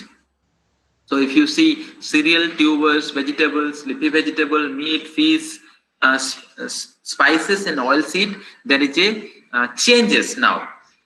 Most of the farming system except the subsistence farming system, they are dependent on market. Everything, even for leafy vegetable, we have to go for market. So this is the one of the impact. And second impact is on food consumption pattern. If there will be change in the biodiversity, then there will be absolutely there will be a change on the consumption pattern. So pehle, what they used to do before, they used to have lot of diversity in food. Now they are eating only rice and potatoes and many other things, various type of potatoes, not potato, tubers. Yes, my time is over. No, sir. No, sir. You continue. How much time I have? 15 minutes. 15 minutes. Okay, no problem. So, okay, thank you. So, from this data, what we have collected, we can conclude that now the diversity in food has reduced drastically, and sometimes, occasionally, they get food.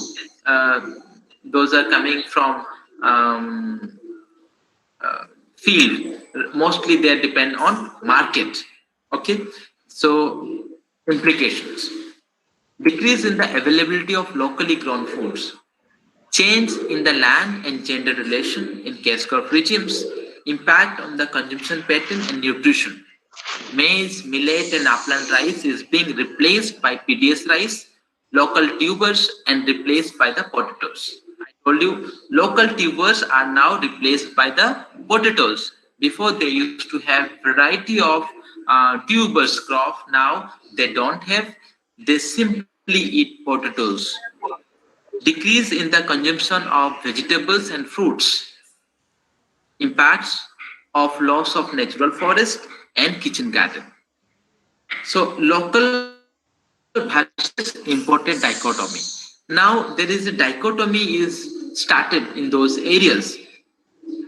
जब हम बाजार जाते हैं तो बोलते हैं ये local vegetable है, वो बाहर से आया वाला वेजिटेबल है. लोकल वेजिटेबल जो है वो ज्यादा दाम होता है और जो बाहर से आता है उसका दाम कम होता है, because of the taste, because of the quality, because of the many other factors. So emergence of new food system.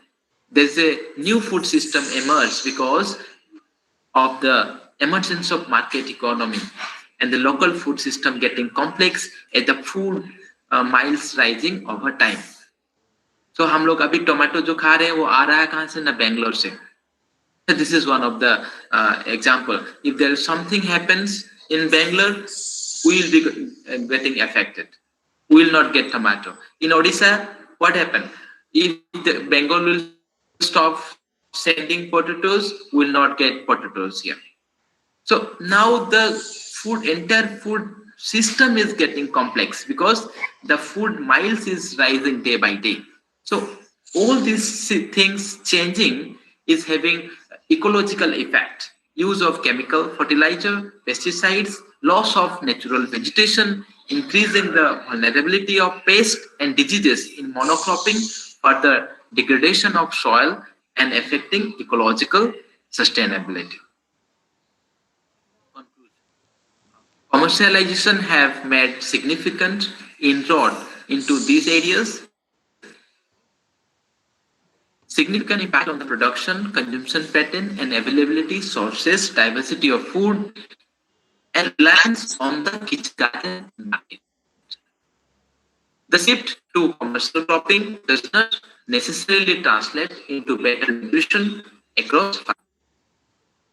This is broadly due to the prevailing situation in India's including accessibility, lack of proper market links, low stability of cash crop price, limited value addition of agricultural products, small scale production due to small and marginal land holdings. Indeed, the farmers of less developed world has to be self-sufficient in staples. In a context where rural food markets are scarce, isolated, poorly integrated with domestic food markets and suffers from poor infrastructure on one hand, and where the farmers are confronted with price volatility and poor socioeconomic development on the other hand.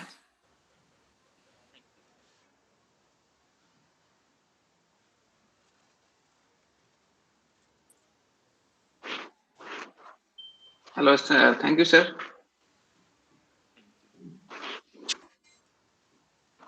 And So I have completed my presentation. Yes. Yes, sir. Two questions from. Yes, very good. And hurry up. How? Yeah, please tell me. Yeah.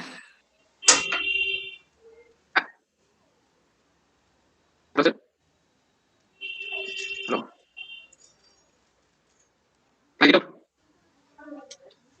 Your voice is not audible. Can you repeat?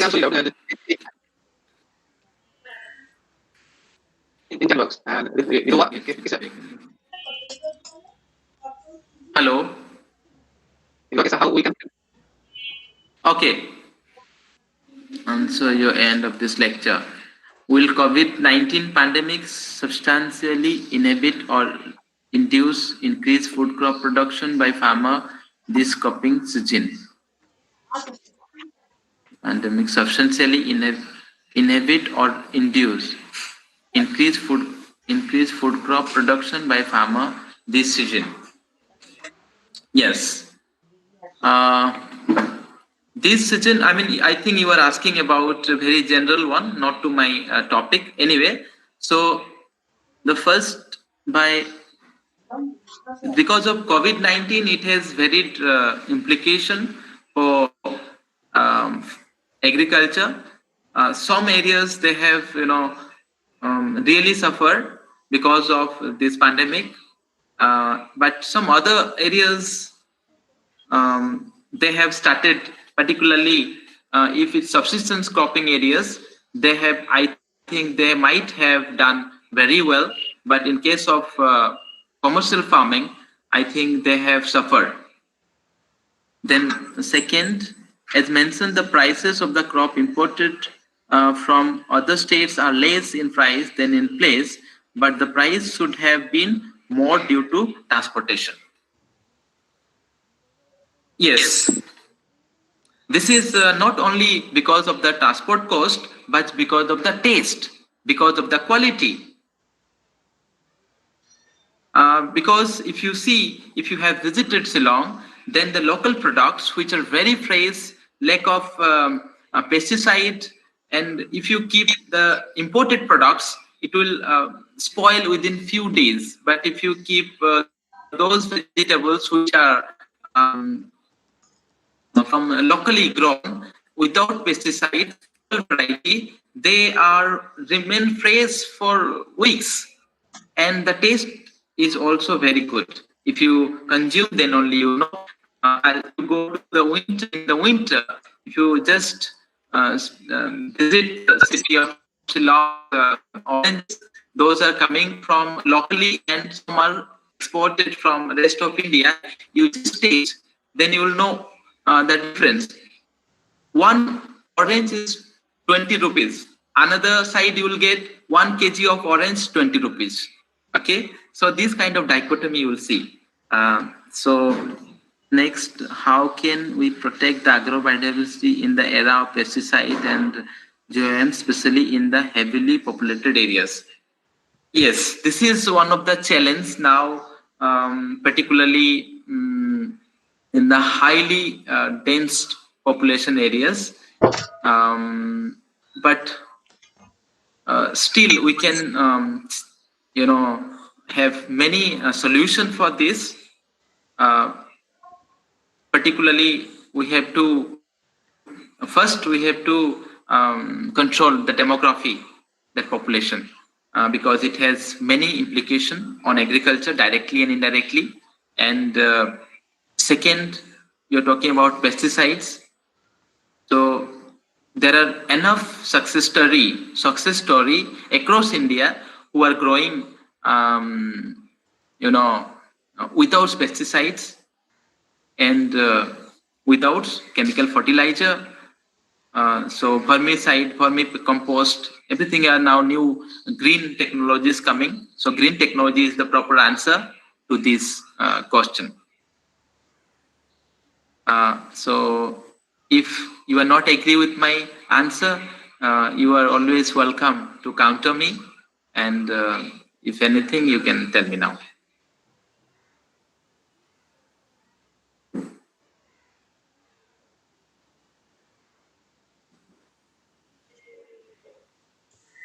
So yes, Professor Anivar. Yes, please. No other question. No other question. No other question. Okay. Thank you. Okay. So many thanks for your nice and very informative presentation. And again, I thanks to you for your spending your valuable times. Thank you. Okay, thank you.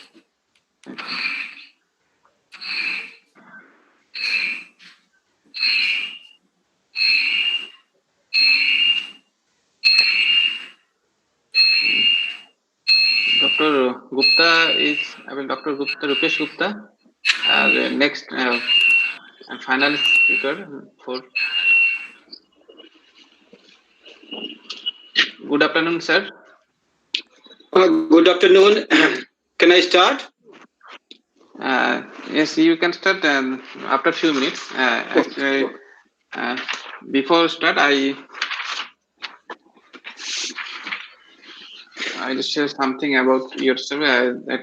Before starting, Dr. Gupta, I give some brief introduction of Dr. Gupta. Rupesh Gupta. Dr. Rupesh Gupta was born in rural village of West Bengal, where he had his primary education. However, later, due to his outstanding achievement in academics, he successfully completed his MA, MPhil and PhD in geography from Delhi University and MTech in remote sensing from Birla Institute of Technology, Mesra, Ranchi. Dr. Gupta has contributed several papers published in reputed peer-reviewed journals and edited volumes in India and abroad.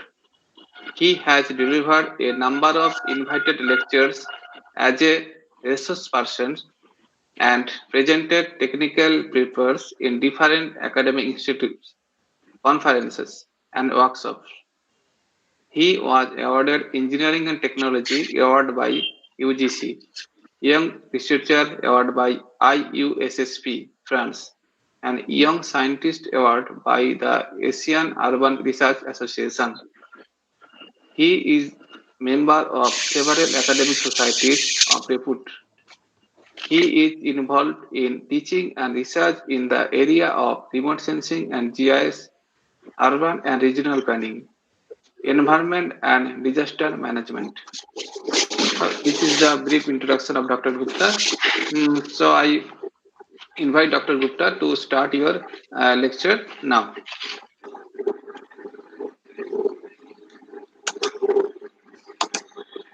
Dr. Gupta, start your lecture. Yeah. Presentation.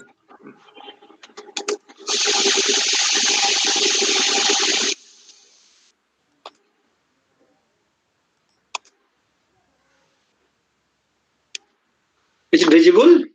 Yes, it is visible and audible.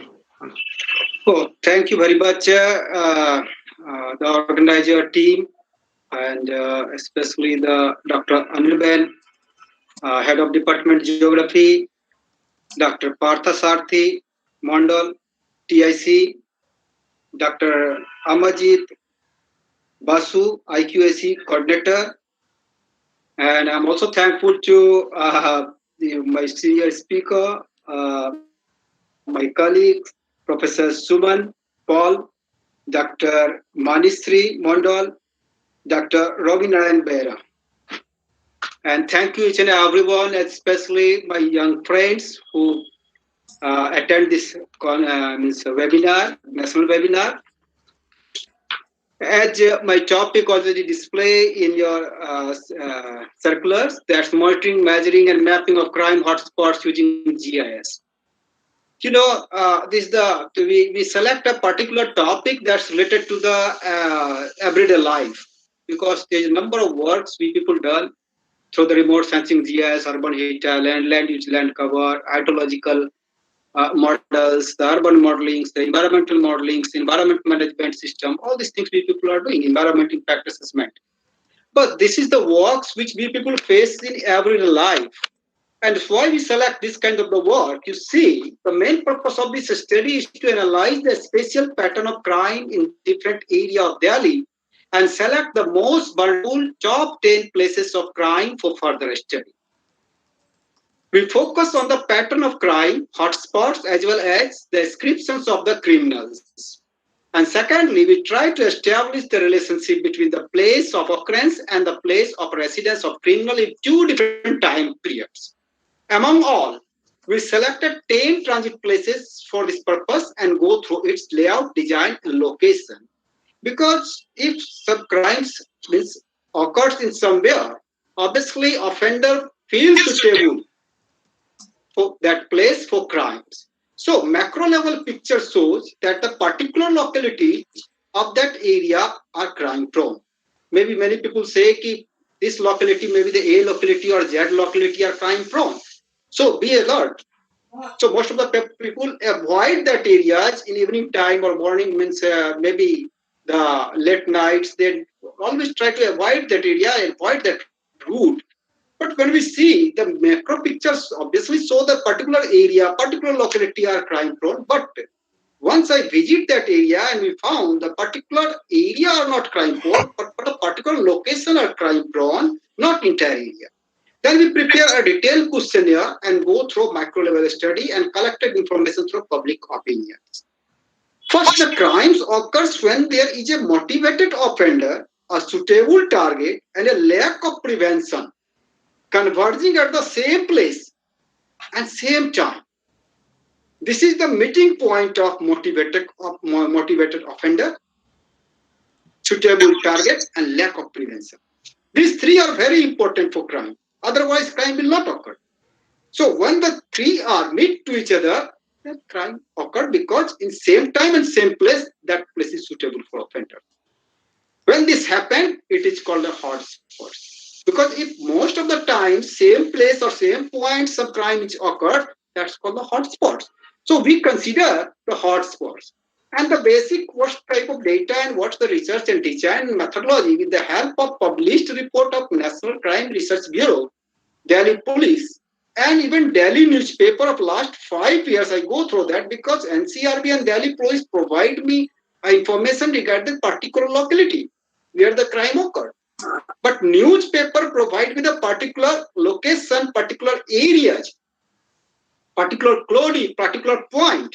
So a list of crime-prone area of Delhi was prepared through this. And it was observed that some of the areas showed highest frequency of crime, where others showed less frequency of crime. Accordingly, a list was prepared and considering the time constraints and resources limitations, top 10 high crime prone areas from that list were selected for the further study. For this purpose, we use primary data structure questionnaire by interviewing 250 individuals in all 10 selected hotspots in two different time periods, 2014 and 2018. Because we check, is there any changes come after 4 or 5 years or not?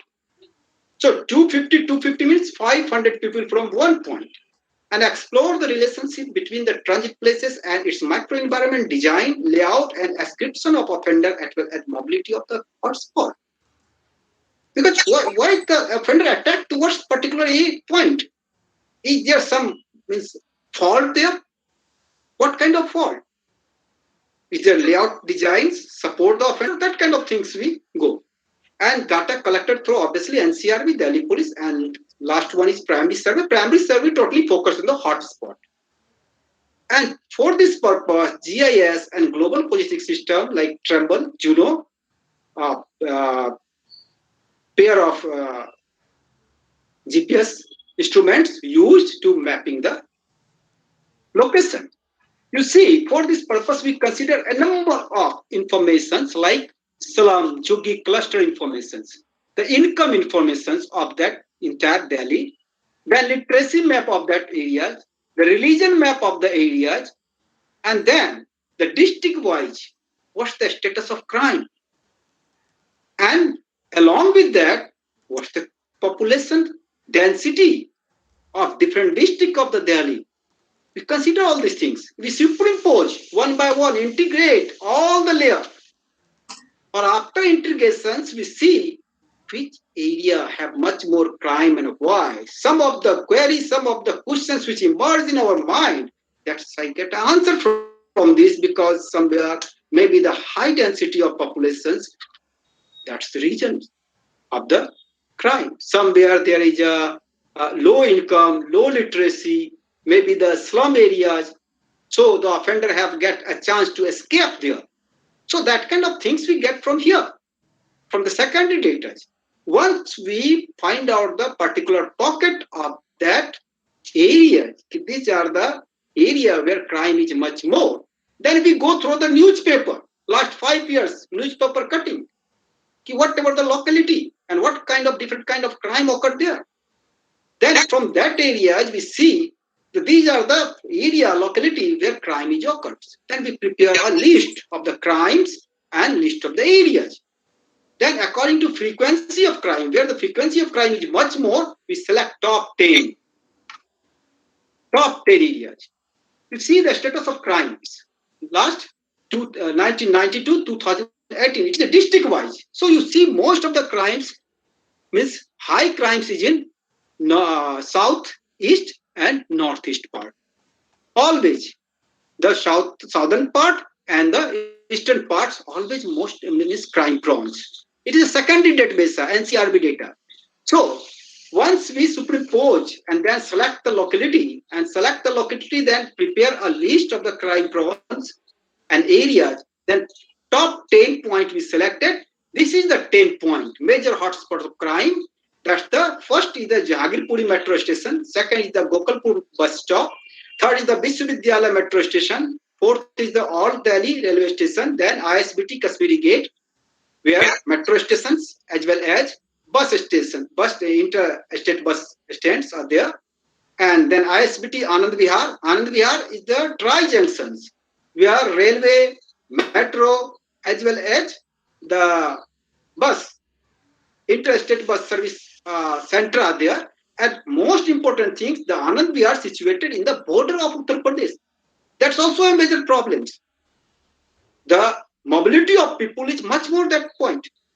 And that's why offender feels suitable because they crime here and then they escape in the other state. Immediately move other side within 500 meter or 1 kilometer. So another is the New Delhi railway station. Next one is the ISBT Sarai Kale Khan and Nizamuddin, and last one is the Basant Kunj. That's a Nelson Mandela Mark. You see, we go through this from a micro studies and entire point. We visit along with our team of the students and conduct a survey of 250 people from each point in 2014 and 250 people from each point in 2018. Conduct a survey.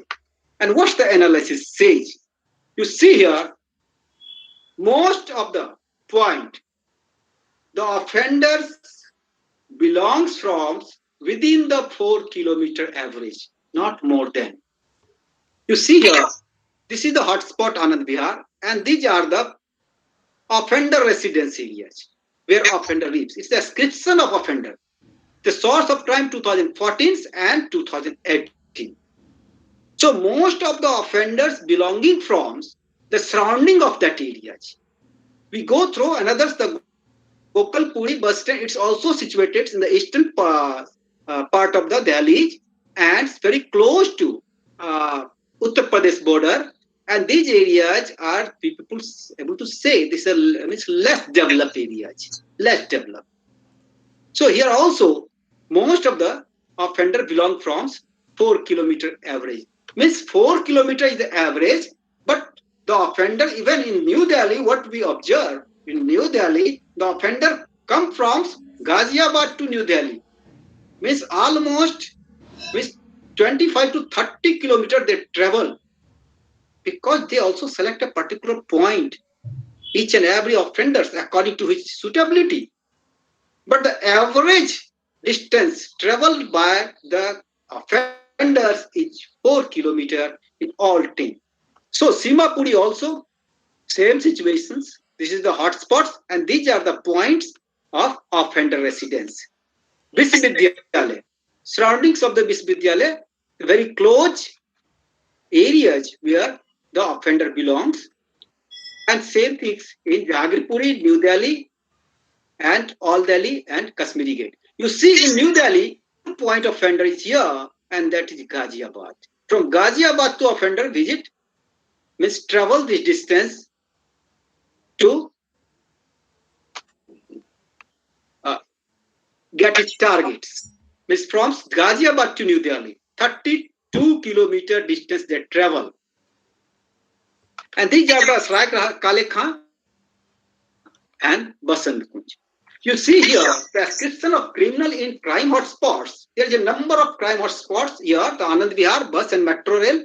Here, Simapuri bus depot, Gokalpur bus stand, Visvidyalaya metro terminals, Jagirpuri metro terminals, All Delhi railway terminals, New Delhi railway terminals, Kashmiri Gate ISBT, Sarai Kale Khan bus and Nizamuddin railway station, and Basant Kunj Nelson shopping center bus stands. You see, whatever we select a point, that's the points where the movement of the people is much more, especially in the rush hour, and the offender make target to him. And these are the source areas which is common in both years, 2014 and 2018. These are the newly emerging areas. I mean, these are the area where offender live in 2018. This is the newly emerging area in 2018. But these areas, area which are no more, means in 2014 these areas considered as a source of crime, but in 2018 this area is no more for the crime, means criminal sources. See what kind of crimes occurs in such hotspots. Like one of the important, that's abuse. You see here, abuse occurs mostly here. Second, the molestations. Third is the pickpocketings, which is every day and everywhere happens. So most of the bus stands, railway stations, and metro stations, or any market. And next one is the snitching. It's really very frequent in every place where the crowd is much more. And obviously offender feels suitable, because even in the metro, there is a good racket of offender going on here. So they also divided the route. What we people get the informations to interact with the local police as well as the people. Another one is the crime-prone transit places like park gardens. If there is a Visvidyalaya metro station, along with the Visvidyalaya metro station backside, there is a parking areas, large parking areas. And that's suitable for the offender. So once the offender crime there and then immediately escape there and move from one place to another place very quickly. Subway. You see, there is a flyover, number of flyover in Delhi, and wherever the flyovers, there is the blind corners in both sides of the flyovers, many places where the crossings are available. And that's also suitable for the offender. The bus stops, because people pick a bus or get down there, and that times snatchers are always doing such kind of offense.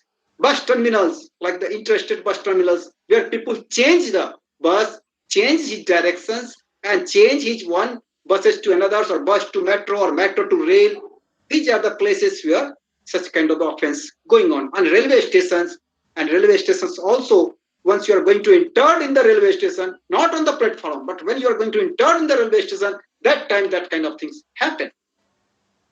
You see, the preference of the peoples in Delhi. So such situations, people didn't want to move in buses or by foot or taxi, especially auto rickshaw or local train. So all car bikes, they prefer the own car, the personal vehicles, or city bus service. Second preference. Third is the metro rail. These three are the major preference. But above all, you see, most 50% people almost consider his own vehicles. Second things, you see the proximity of crimes, because there is a bus stand, there is a metro station. Obviously, metro station, there is a surveillance camera. There is a police are there. Even railway station, there is a police surveillance cameras.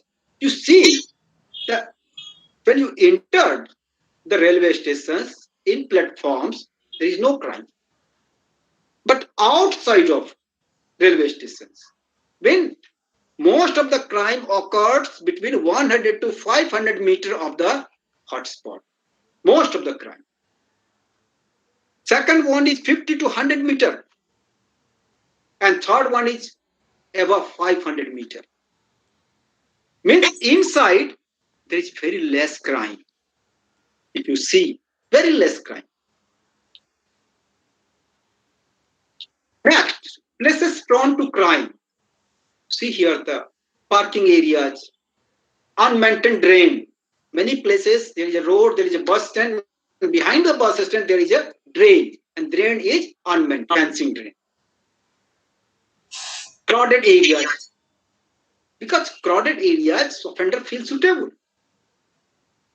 Busy areas, maybe some parking area, or maybe even if you visit the Anand Vihar railway stations, the both side of the Anand Vihar railway station, when you exit from the main gate, the both side, right and left side, both sides you see, there is a large areas are either unmaintained or forest type, vegetation type. That's very dirty areas. That can vacant plot, unattended garden, park, isolated shade, somewhere isolated shade like the bus stand, near the bus stand, some isolated shade are there. Platform campus.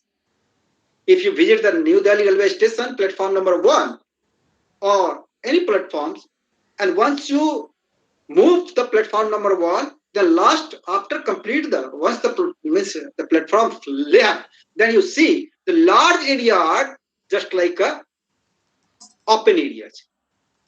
There is no people are there, and most of the pickpocketers, snatchers are sitting there. Not only sitting, they also are smoking there. That kind of things happens. You see, if such kind of things happen there, then what's the response of police in each and every area? You see, the response of police in Valli Visvidyalaya is almost 90%. 90% response. Means excellent response. Second one, New Delhi, almost 30%. And Old Delhi, more than 30%. Rest of the areas, the either poor or either average or below average. That's the response of police. Because when we talk about the crime and place and hotspots, obviously the frequency of police or the density of police patrolling in that area also play important role. Because many places, if you see the South Delhi, there is much more police patrolling are there. But in East Delhi, there is lack. North Delhi, average. West Delhi, average. But East Delhi, there is lack. Very low patrolling. And population is too much. You see the types of crimes at hotspots in percent. If you see here, 24% in Visvidyalaya, only abuse type of crime. Abuse type of. Second, molestations in 21%. 15%, almost 16% pickpocketing. And snatching is 12%. Because there is very young generations. If someone snatches something from someone, maybe most of the students means attack towards that sides. And that's why the offender also fear about that.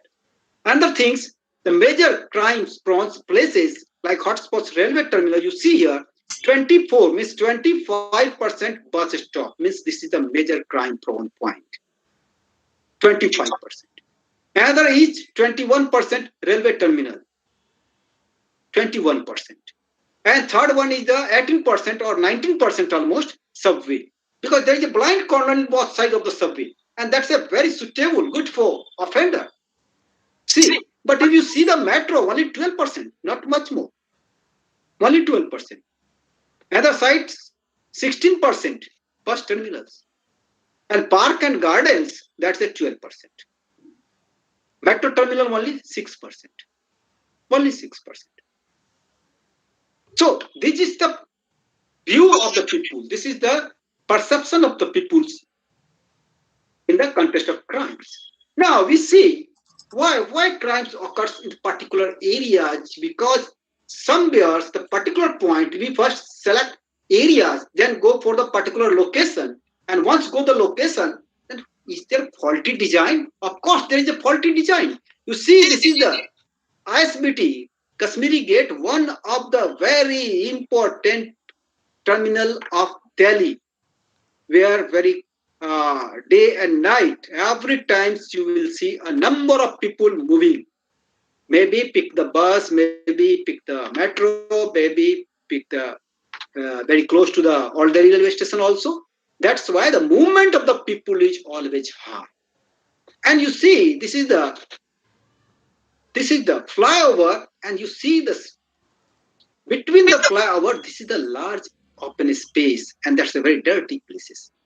You see along the roads or flyover, this is also area that's a dark area. These are the places where offender feels suitable to escape, or maybe they wait for his target. They sit here. Similar thing you see the Visvidyalaya metro stations. If you see here in the unsafe areas, the unsafe areas, unsafe parking, these are the big areas, large areas, unsafe parking. This is the drain. And along the drain both sides is just like a bushy area. There is no light. So if you move from these roads or move from along the roads, obviously this place is very dangerous. Means crime prone. Most of the crimes occurs in this point. If you see New Delhi railway stations, this is the platform, this is the railway track, this is the platform, this is the parking area. Or when the platform, you complete the platforms, then obviously this is the flyover. And you see along the flyover and railway track, both sides are dark areas and unattended places where there is no light or very few light. And most of the criminals seated there, watch from here, or maybe once they means crime occurs in these areas, they escape this place. This is the areas. You see, this is the residential areas. And if you see, this is the residential area. This is not only planned residential. This is like a slum. If you visit the Paharganj side, there's a Rambagh there, Halwai Gali are there, and there is low income of people are staying there. Of course, these people, if some offenders crime here, they obviously immediately escape this point. Similar things, Gandhipuri metro station, that's very close to the Haryana border, because there is very close to the bypass also. And this, you see, this is the drain, and along the drains, highway is also there. And between the highway and drain, there is a dark areas, unattended area. There is no light. This is the large area, open space, and some bushy areas. And people movement is much more in this point, because this is the interstate terminal bus moving from these sides to Haryana. So that's why this is the crime prone. Most of the crime occurred here. You see the Simapuri bus stop. This is also very close to the UP border. And you see here the Simapuri border. I am very sorry to say, the most of the Bangladesh people are staying there in a slum along the road. And you see that during even the bus stop and even the out of the bus stops, most of the snitchings and the abusings kind of the offense going on here. And if you meet the police, and if you complain there, they say, okay, the offender is belong from the Uttar Pradesh. So what I can do? Nothing, because that's very close to border. Next one, the Gokalpur bus stands, and you see here also, this is the bus stands, and this is the drain. Along the drain, both sides are bushy areas, and there is no lighting, there is no surveillance camera, nothing is there, and this point is covered by the low income group, slum group, and the adjoining border areas. I'm not telling the slum people are offender, no, but that's a place where offender get a suitable opportunity to escape. They escape there. You're not able to pick out or trace them immediately. That's kind of the problems are there. This is the Sarai Kale Khan bus stand, bus stop, bus adda, and Nijamuddin railway station. You see both sides. Here the railway stations. This side's the open park, without maintained park. This is also bushy area. This is also bushy area. And that's very close to within 500 meter or within 200, 300 meters from the stations. This is the areas where there is no light. So such kind of the places, this is the layout design that we people say it's the fault design. And fault design provides the opportunity to offender.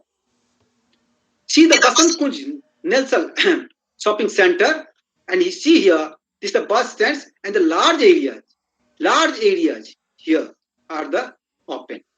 Large area. This is also open area. This is a bushy area. Then this is open areas. This is also open areas. And the large area here, along with the once you move from the bus stand to 1 kilometer, then the long patch are open patch. So that's a good place and it's good suitable place for the offender. So now, what's the reason of such kind of the faulty designs? All these things, you see, the poor infrastructure planning provide opportunity for crime in these areas. Bus stand, bus depot, railway station, metro station, dark area, absence of the street light, open spaces, vacant plots, isolated area, low police density, low police patrolling per square kilometer. These are the regions of the crimes there. And poor area, obviously the bias, like slum, like Simapuri, Silampur, Jagirpuri, Anand Vihar, Shahadra. These are the places where there is a number of slums are there. And all these places are in eastern part of the Delhi. Ethnically homogeneous areas, Simapuri, Jahangirpuri. Some is the particular dominated areas like Simapuri, Silampur, Jahangirpuri, Hazrat Nijamuddin, Sarai Kale Khan area, where also the offender get a chance to escape in that area. And crime is more due to faulty design and planning that provides opportunity to the offender for crime.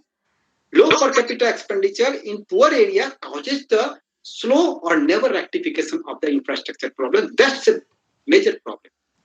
Because if you develop some infrastructure, establish some infrastructure, there is a need to maintain that thing.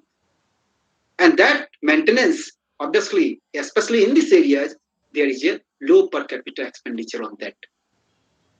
Biases are created and create exclusions because what's happened, if somewhere such crimes occurs, then the local police know who is the criminal.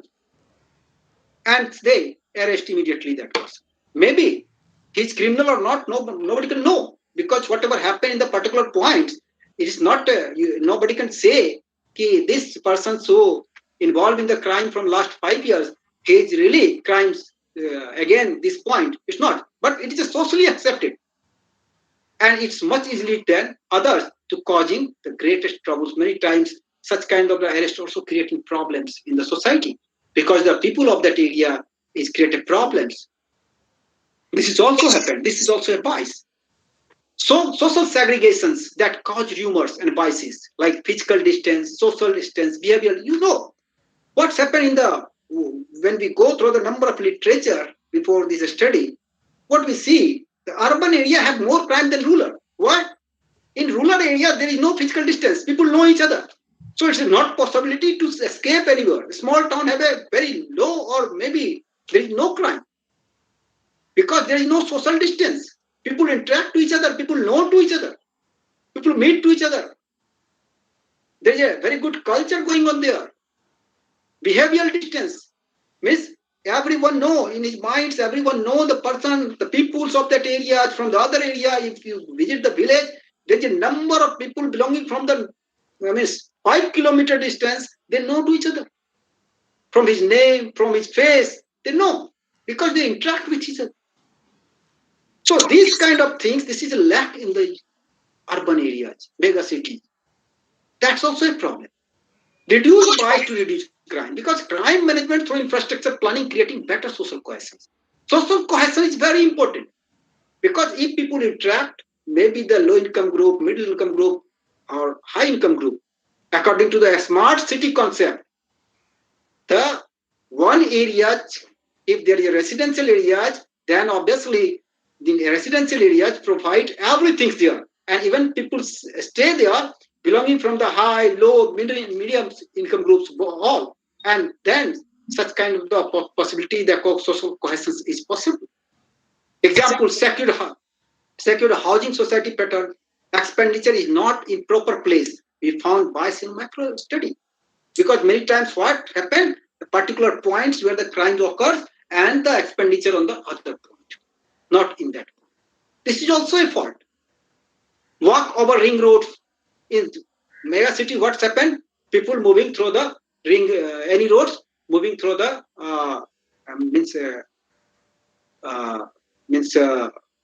flyover roads, or maybe some bridges are there. But that bridge not merge the distance between two societies. This is not possible. Street lightings, there's a lack of street lighting in many places. So managing the behavioral maps, obviously need to surveillance cameras. Increasing urbanization causes less integrations among people, and as a consequence, generate less informal social control. Less integrations and less informal control explain higher level of crime, disorder, victimizations, and fear of crime. So how you merge all these things, how we sort out these problems. This is the last slides. So poor infrastructure. If poor infrastructure means more crime. More crime means obviously poor infrastructure means bias there. That's why there's a poor infrastructure. The expenditure is not in the particular point. Another is the better infrastructure. If you see the better infrastructure point of view, then less crime, fewer bias. If you see the areas, surrounding is the residential areas and middle point is the park ground. There is the safer part. Not possible to happen anything here. But if surrounding is the park and middle point is the residence, means surrounding of the residence if the park, then it's not safer. Because anyone can come to sit, anyone can come to sit and plan any kind of the plan, and they make a target of this residential people. Better infrastructure, cohesion point of view, less crime, less bias, and more humanistic society. That's a cheaper. And crime prevention through cohesions. Crime and crime prevention are determined by behavioral map, because when some offender going to crimes purpose, offense purpose, first the map of that crime prepared in his mind. Once the map is prepared, then they come on the ground. So reducing bias is most important for the inclusive policy than any other, and inclusion-based urban planning techniques are very, very important for this purpose. That's all. Thank you very much. Thank you. Thank you, Dr. Gupta. Sir.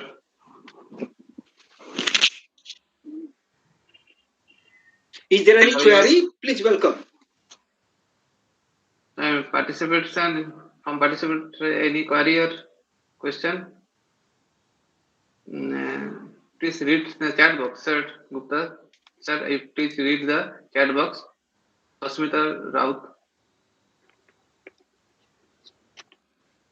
Can I read out now, or you read? Yeah, I am reading. Yes.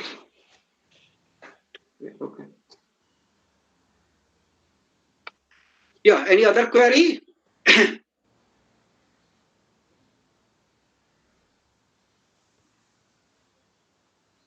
Yeah, Sasmita Roth, your question is very interested that you asked that isolated area, dark areas, bushy areas are vulnerable to crime. That's true. Are there any data available to support your conclusion? You see here in my PowerPoint, I already display only two table that's related to all these things. You see here the place prone to crime. These are the places which are prone to crimes. And one more places which is prone to crimes are this is crime prone transit places. These are the places. And all these things are based on the primary survey. When we visited the different places, interact with the people and get information, collect the information from there. So obviously there is no secondary data available. Even if anyone will start such kind of the work, they prepare a structured questionnaire, and there's a number of questions are there according to objective, and they interact with the people.